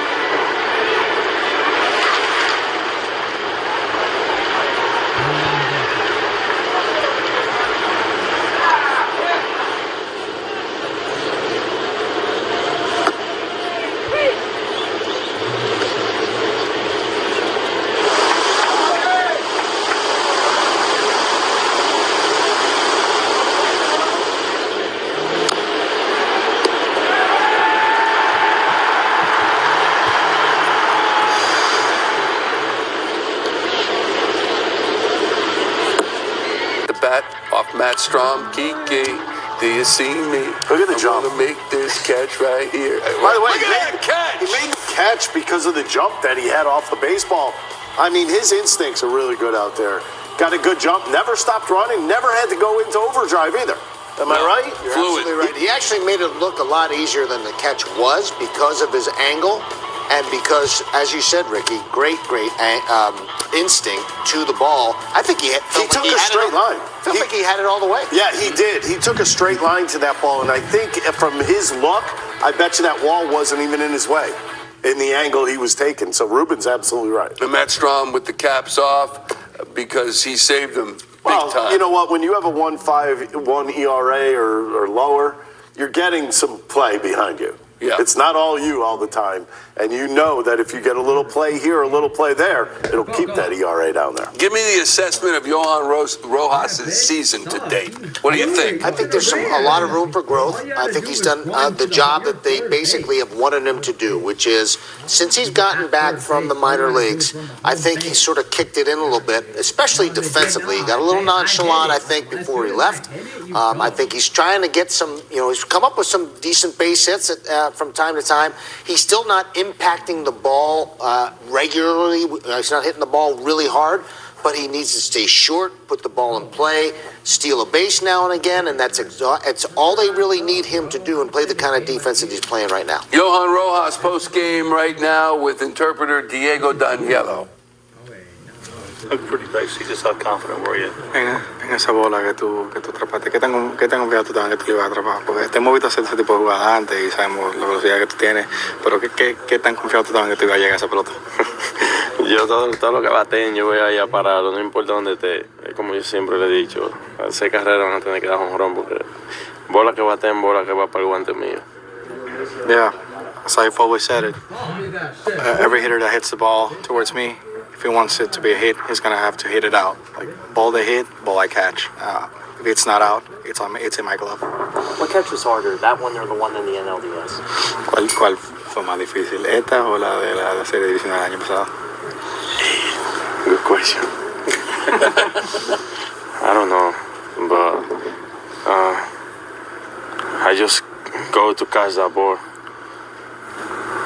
Did you had the cutout looming there when were you worried about running the cutout at all? I mean, you're used to kind of searching for the wall when you're making a catch, but then you have that thing kind of jutting out there. What was that like? Did you see it at all?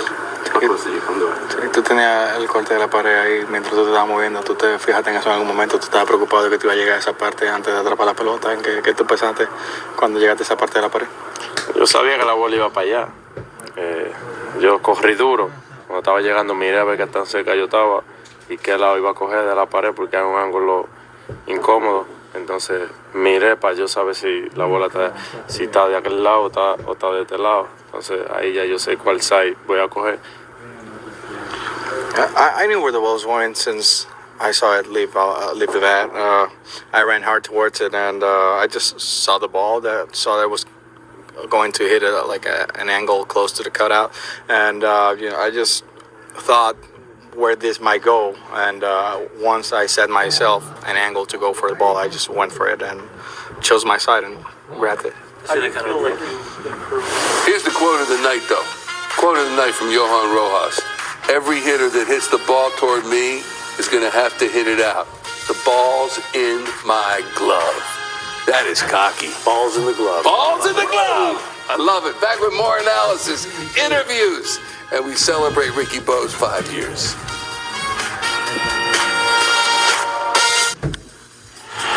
Phillies